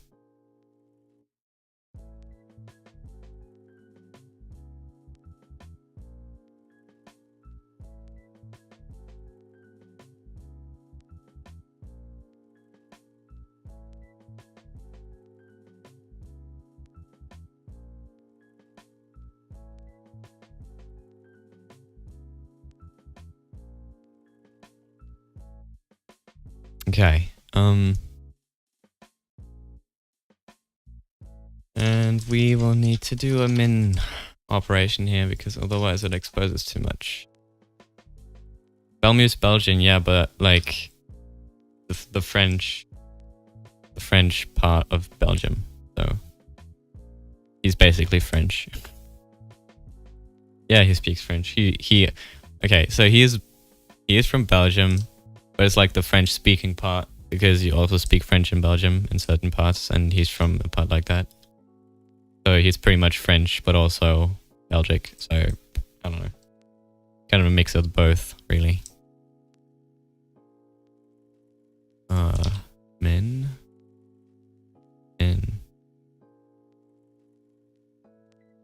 Min should be right. Still overexposing though. Not cool.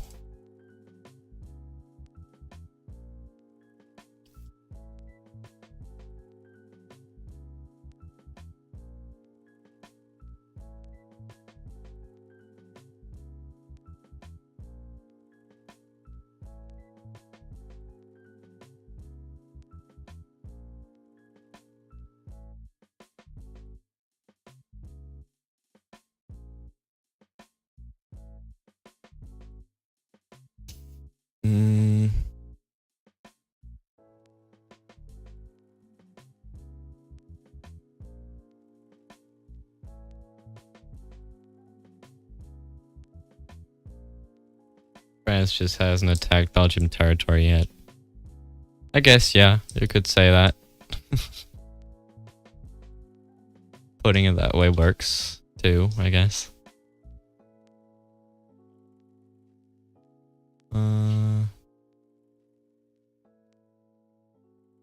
So it's still pretty dense.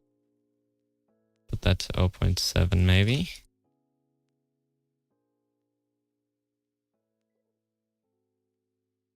Fog on the ground is still too bright. Yeah, it is. It is. Still just don't know why that is the problem though. That's the problem with uniform density. It just... yeah.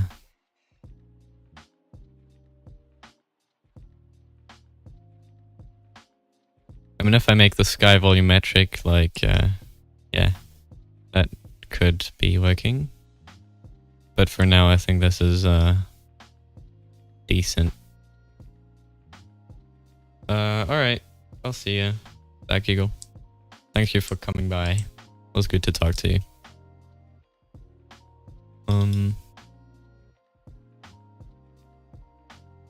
Well, it's better than what we had before. Yeah. So that's that. Settings. Let's make this a tiny bit more... what did I want it to? Tiny bit more blue, so less red. At 28.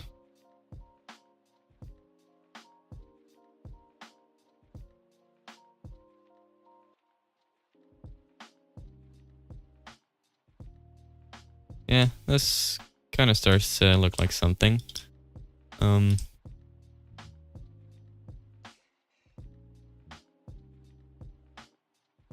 Great. Then, non-uniform density, and then we're pretty much done, I guess. Still will require some tweaking, that's for sure, but otherwise we're pretty good to go, right? I think so. Enderman likes it too, I think. Hello. Like shade is the most beautiful shade for Minecraft. Well, for the stylized category, maybe, but that's until 6th rewrites Photon, and then Lux will become a nothing, probably. I'm setting great expectations for you. Stars, maybe, not sure. Don't know. Definitely not the same kind of stars as the overworld. That would just be boring. But yeah, maybe I'll do something like Arena does with end. So just put a lot of detail into the volumetric density, and then, you know, and that's like enough features for the end, I guess. Don't know yet. But I don't think that stars would really work too well.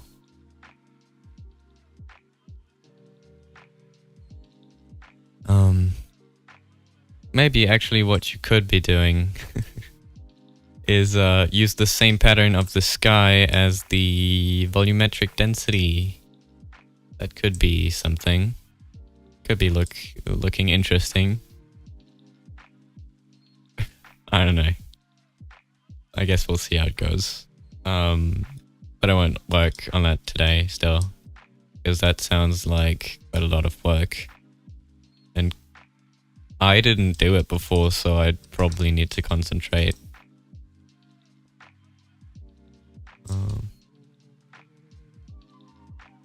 Yeah. Maybe composite 1. Multiply it by a little. Let's darken it a little more. Just, yeah, just a tiny bit.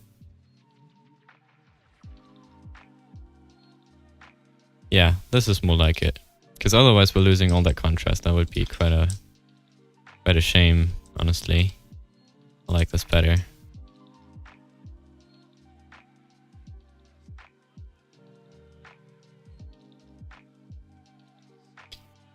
Also, one thing that's still on my to-do list is like dimension dependent effect, so like different dimensions actually do feel like different dimensions. The one thing that I want to still tweak here is like the ambient color strength, because it's quite dark at the moment. Adding a tiny bit here.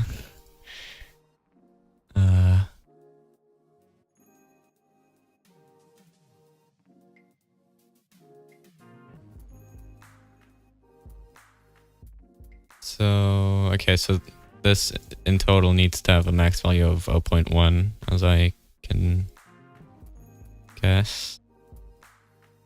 Let's try to doubling the amount of ambient lighting. Quite dark at the moment. Even that's maybe a bit much.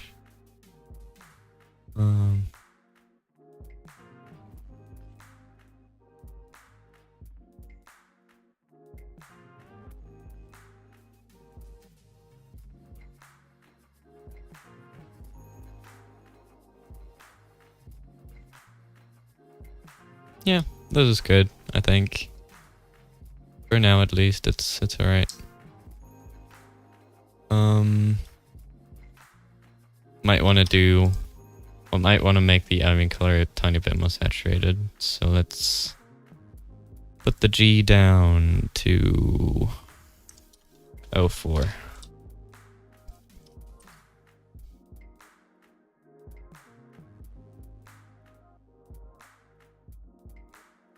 And let's put the R down to 24.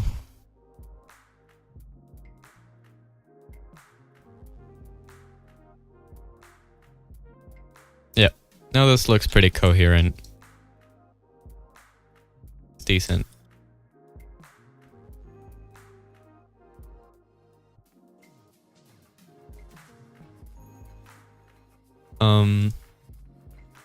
I guess walking through this with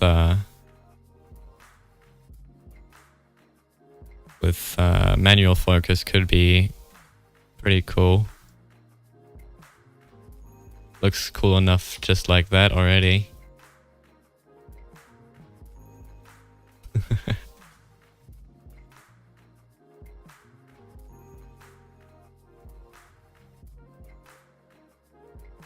A manual focus.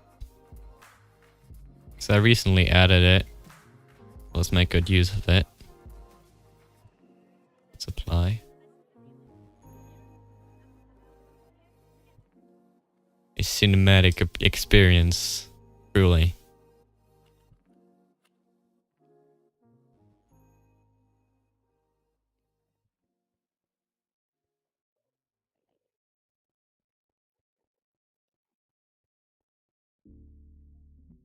Alright,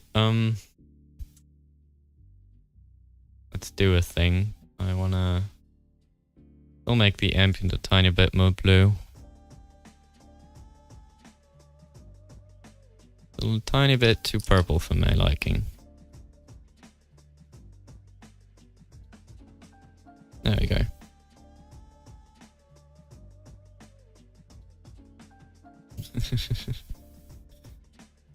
But yeah, good progress. We made good progress.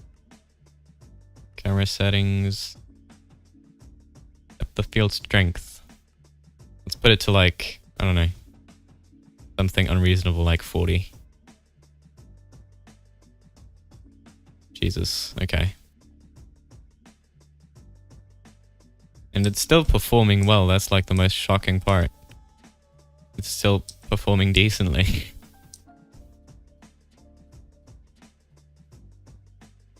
Wow, okay.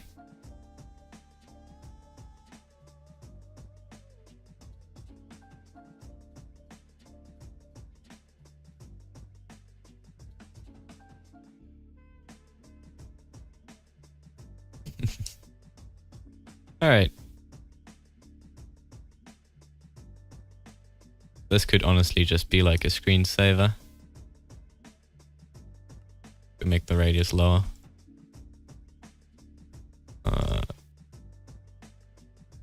Something like that. I don't know.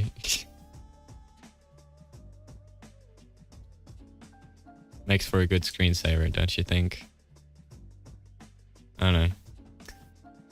Well, anyways, so that's the end.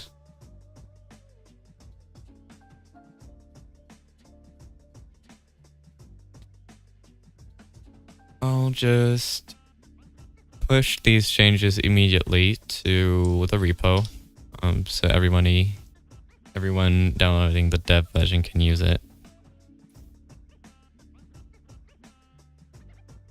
Make sure to name this correctly. So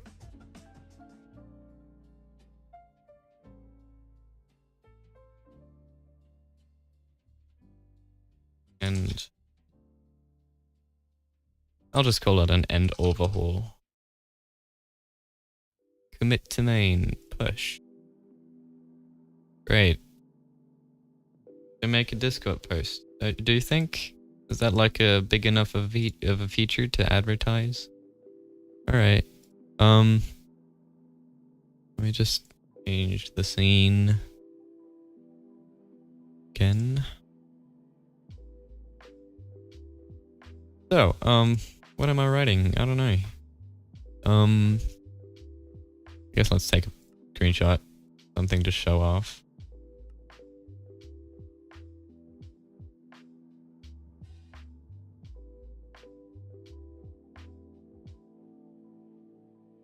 Go back into the end.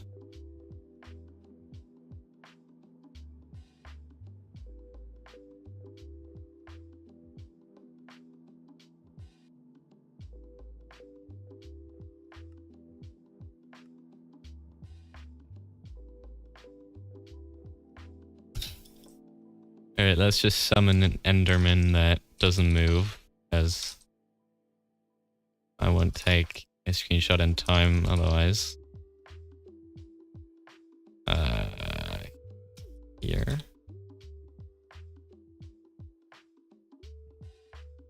Through. Is he facing the right? Just facing where I was facing, so let's put one here maybe. Nah. Not rotated enough. Put one here. Is that it? Okay, let's actually disable manual focus for taking a screenshot. It's actually not. For this kind of screenshot, it's not too. I'd show with this guy in focus. Yeah, I guess so. Just. Okay, this will look wrong on stream, but I'm gonna change the window size to show stuff.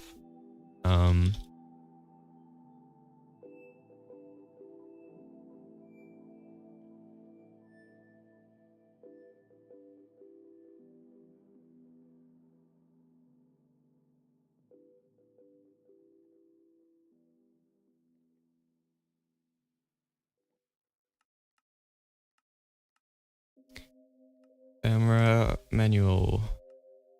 Make it quite far.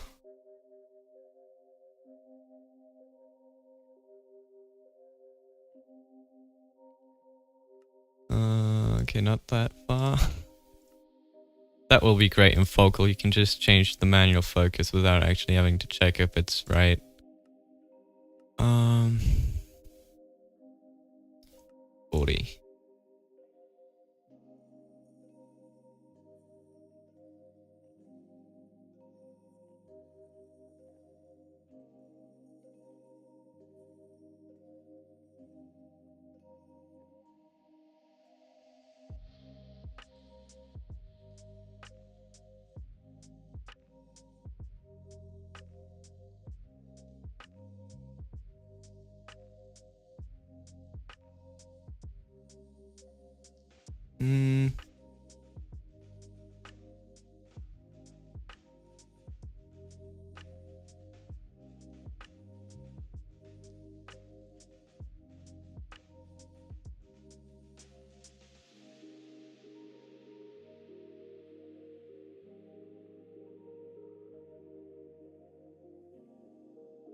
Okay, so that's our screenshot.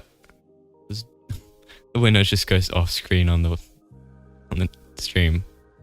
Great. Gonna save it.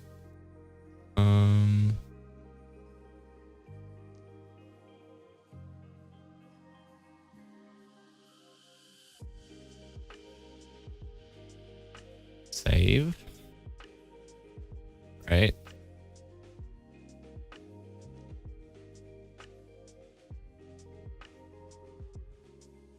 So now we have to fit the screen again to work on stream. Gonna be fun. So tiny bit bigger, a bit smaller, a bit wider. That's too bright. That's too wide.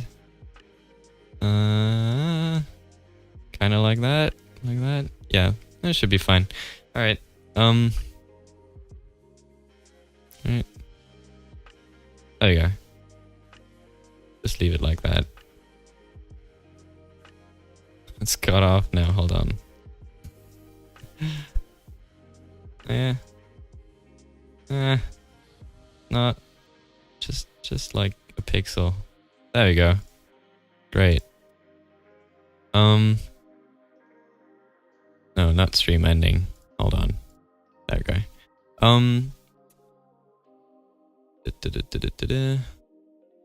So the end. I'm just gonna write.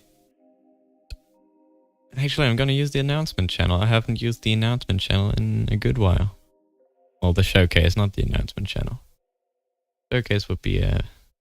Announcement channel would be a bit extreme.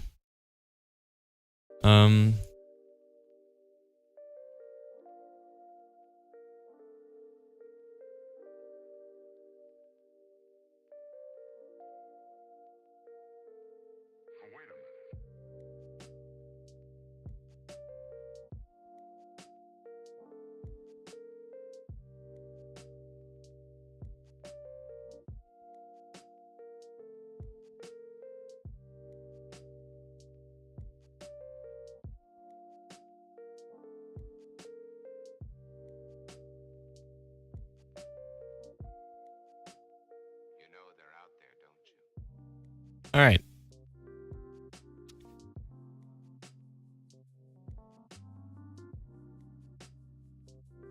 So, yeah, I'll just finish off the stream by showing what I've been doing the last few weeks. Because Prism, right?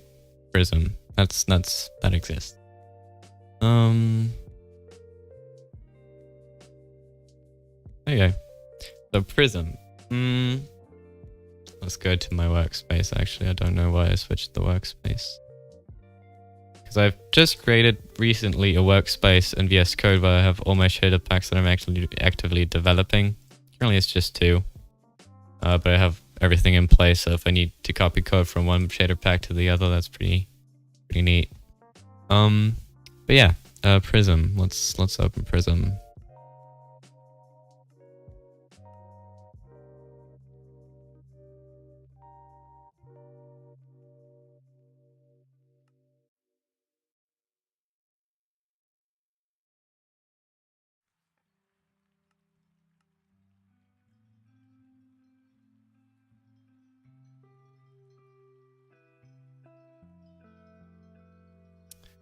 Okay, so the end obviously doesn't look like much in Prism yet. It does have shadows, but that's pretty much it.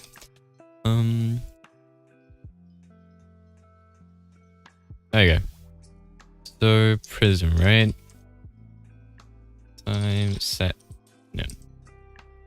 So Prism. Well, it's gonna be, or it is already, like an experimental, but supposed to be realistic shader pack. Not public, just for me right now. And a lot of people thought actually that it was just a subsurface scattering test pack due to the fact how much I've just talked about the subsurface scattering implementation. But it's reaching a point where I'm actually pretty satisfied with it. Because like, yeah, This is the subsurface scattering currently. It's pretty neat. It's looking better though, seriously, if you have like a texture pack for that. The sky is broken with some GPUs with Lux. What parts? What GPUs specifically?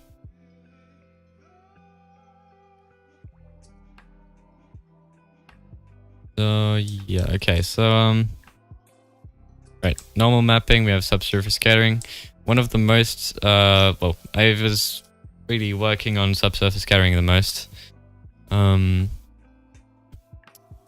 let me show it in code, actually. Code, yeah. So I'm currently doing everything in composite. Composite, plain text, no, it's GLSL, there you go. And so this is the phase function that I've been working on recently. This is basically cornet shanks, but it counts for multiple scattering, which is pretty cool. And that wasn't existing before, so I made it myself, which took quite a lot of time, but this is it. Pretty proud of it, honestly. So this is cool. Then I am currently working on diffusion, which is based on a approximation by Burley. Yeah, so I have a diffusion profile by Burley, and basically I modified it to account for surface roughness. So that's pretty neat. Also something I innovated upon there. Then just calculating the CDF, and I actually haven't implemented diffusion completely yet. I'll do that in a separate pass in composite 1 here, because basically I need to apply a shadow space blur based on the diffusion profile to all direct lighting, so diffuse times shadow. But I haven't done that yet.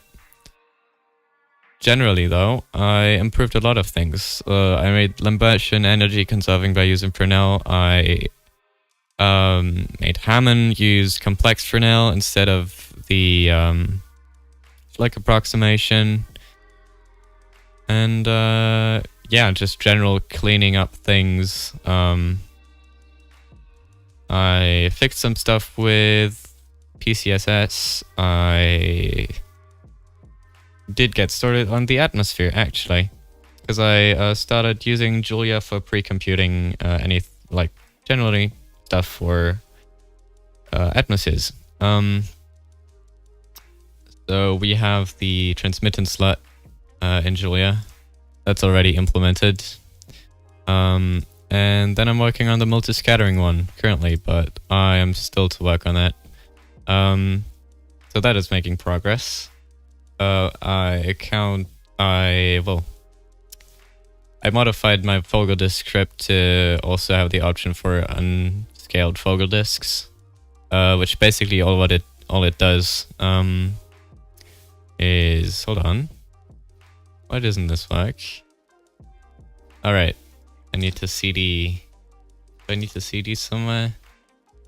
I shouldn't be needing to. Julia, command not found. That's interesting.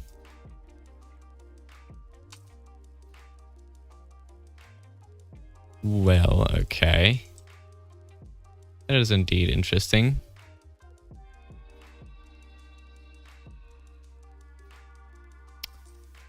Do the atmospheres still work? Do these still work? No. Okay. Apparently Julia's having a bad day today. But anyways, this is working. And what unscaled Fogle disk looks like is basically... where do I have it in composite 1? There.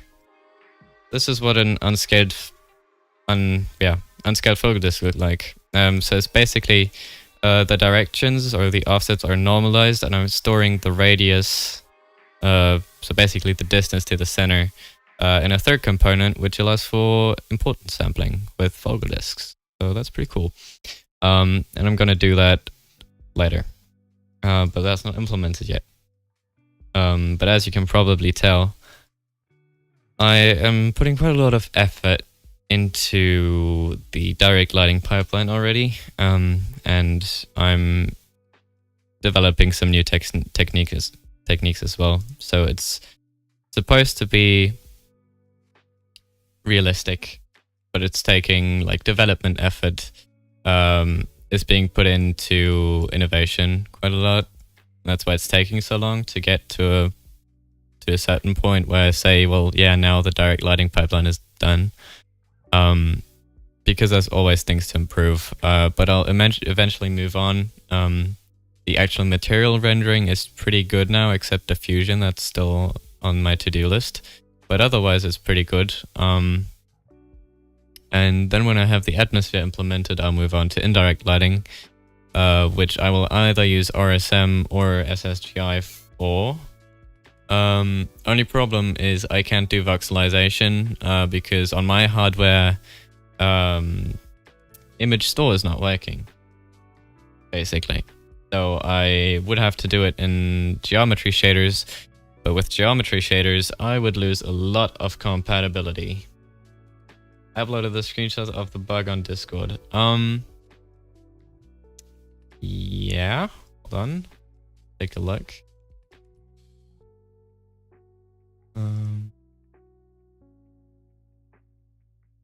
So guys, basically getting lines like that. That looks like a precision issue. Yeah, that looks like a precision issue. I'll see if what I can do about that. Is that like a grid that moves like... Does the grid move when you look around, or is it static like it was, like it's screen space, like pixels on the screen basically? Or does the grid also move when you tilt your head?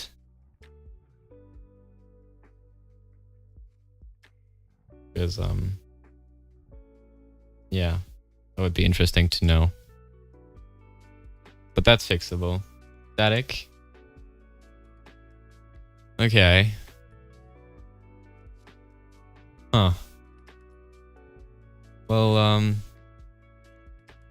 yeah. I'll certainly find something for that. If you don't mind, it would help a lot if you could create an issue on the GitHub. I actually made a template for bug reports now, so it will be less of a problem. We'll go more quick. We'll go quicker. So if you don't mind, that would help a lot. But yeah, that's pretty much what I wanted to show off for Lux. And things are working now. So yeah, we have subsurface scattering with a pretty good phase function, I'd say. I will also, when my website is done, and my website will be done quite at the same time as I will, I will make the website public at the same time as I will release Lux on CurseForge. Yeah, on my blog, because I will have a blog, it's already coded and everything. Yeah, I will explain the phase function and make it public so everyone can use it. Go into the math behind it. That's pretty neat. Generally, I will kind of explain what I'm improving on in Lux so everybody can use it. Would be a waste if I didn't show it to other people what they can do better. And yeah, I didn't want to... So originally I wanted to actually put, yeah, do research papers about it. But my vocabulary is not good enough so that I can justify writing research papers. Also, I don't have like a... I wouldn't know where to really publish them. And honestly, it's just easier to understand if I just do it as a research blog. It's more readable. I can put into my blog like videos, imagery, and all of that. So yeah, I'll explain how stuff works on there. And that's really it. I mean, I just did the material rendering. I'll soon do diffusion, and I'll share everything about that on Discord when I get to it. But other than that, really, that's all I have for Lux at the moment. That's, yeah, that's it. But it's coming along well. I will be implementing the atmosphere by Sebastian Hilaire, a modified one using path traced LUTs instead of Raymarch ones. But yeah, so that will be my atmosphere. I just have to finish implementing it, and then we'll go instantly to indirect, which will be fun, hopefully. But yeah, this is all I wanted to show, really. And don't know why that just exists. Anyways, so yeah, I'll end the stream right here. But that's because that's really all I wanted to do and show off today. I might stream one of these days again, probably not this weekend. But I have everything set up now for streaming on YouTube, so yeah, I'll see. If I feel like it, I'll do it. If I don't, I don't. But yeah, if I have anything to show off, I'll definitely show it off on stream one of these days. But yeah. So thank you for coming by, everyone that still stayed. Thank you for staying. But yeah, this is really all I wanted to do today. So, till next time.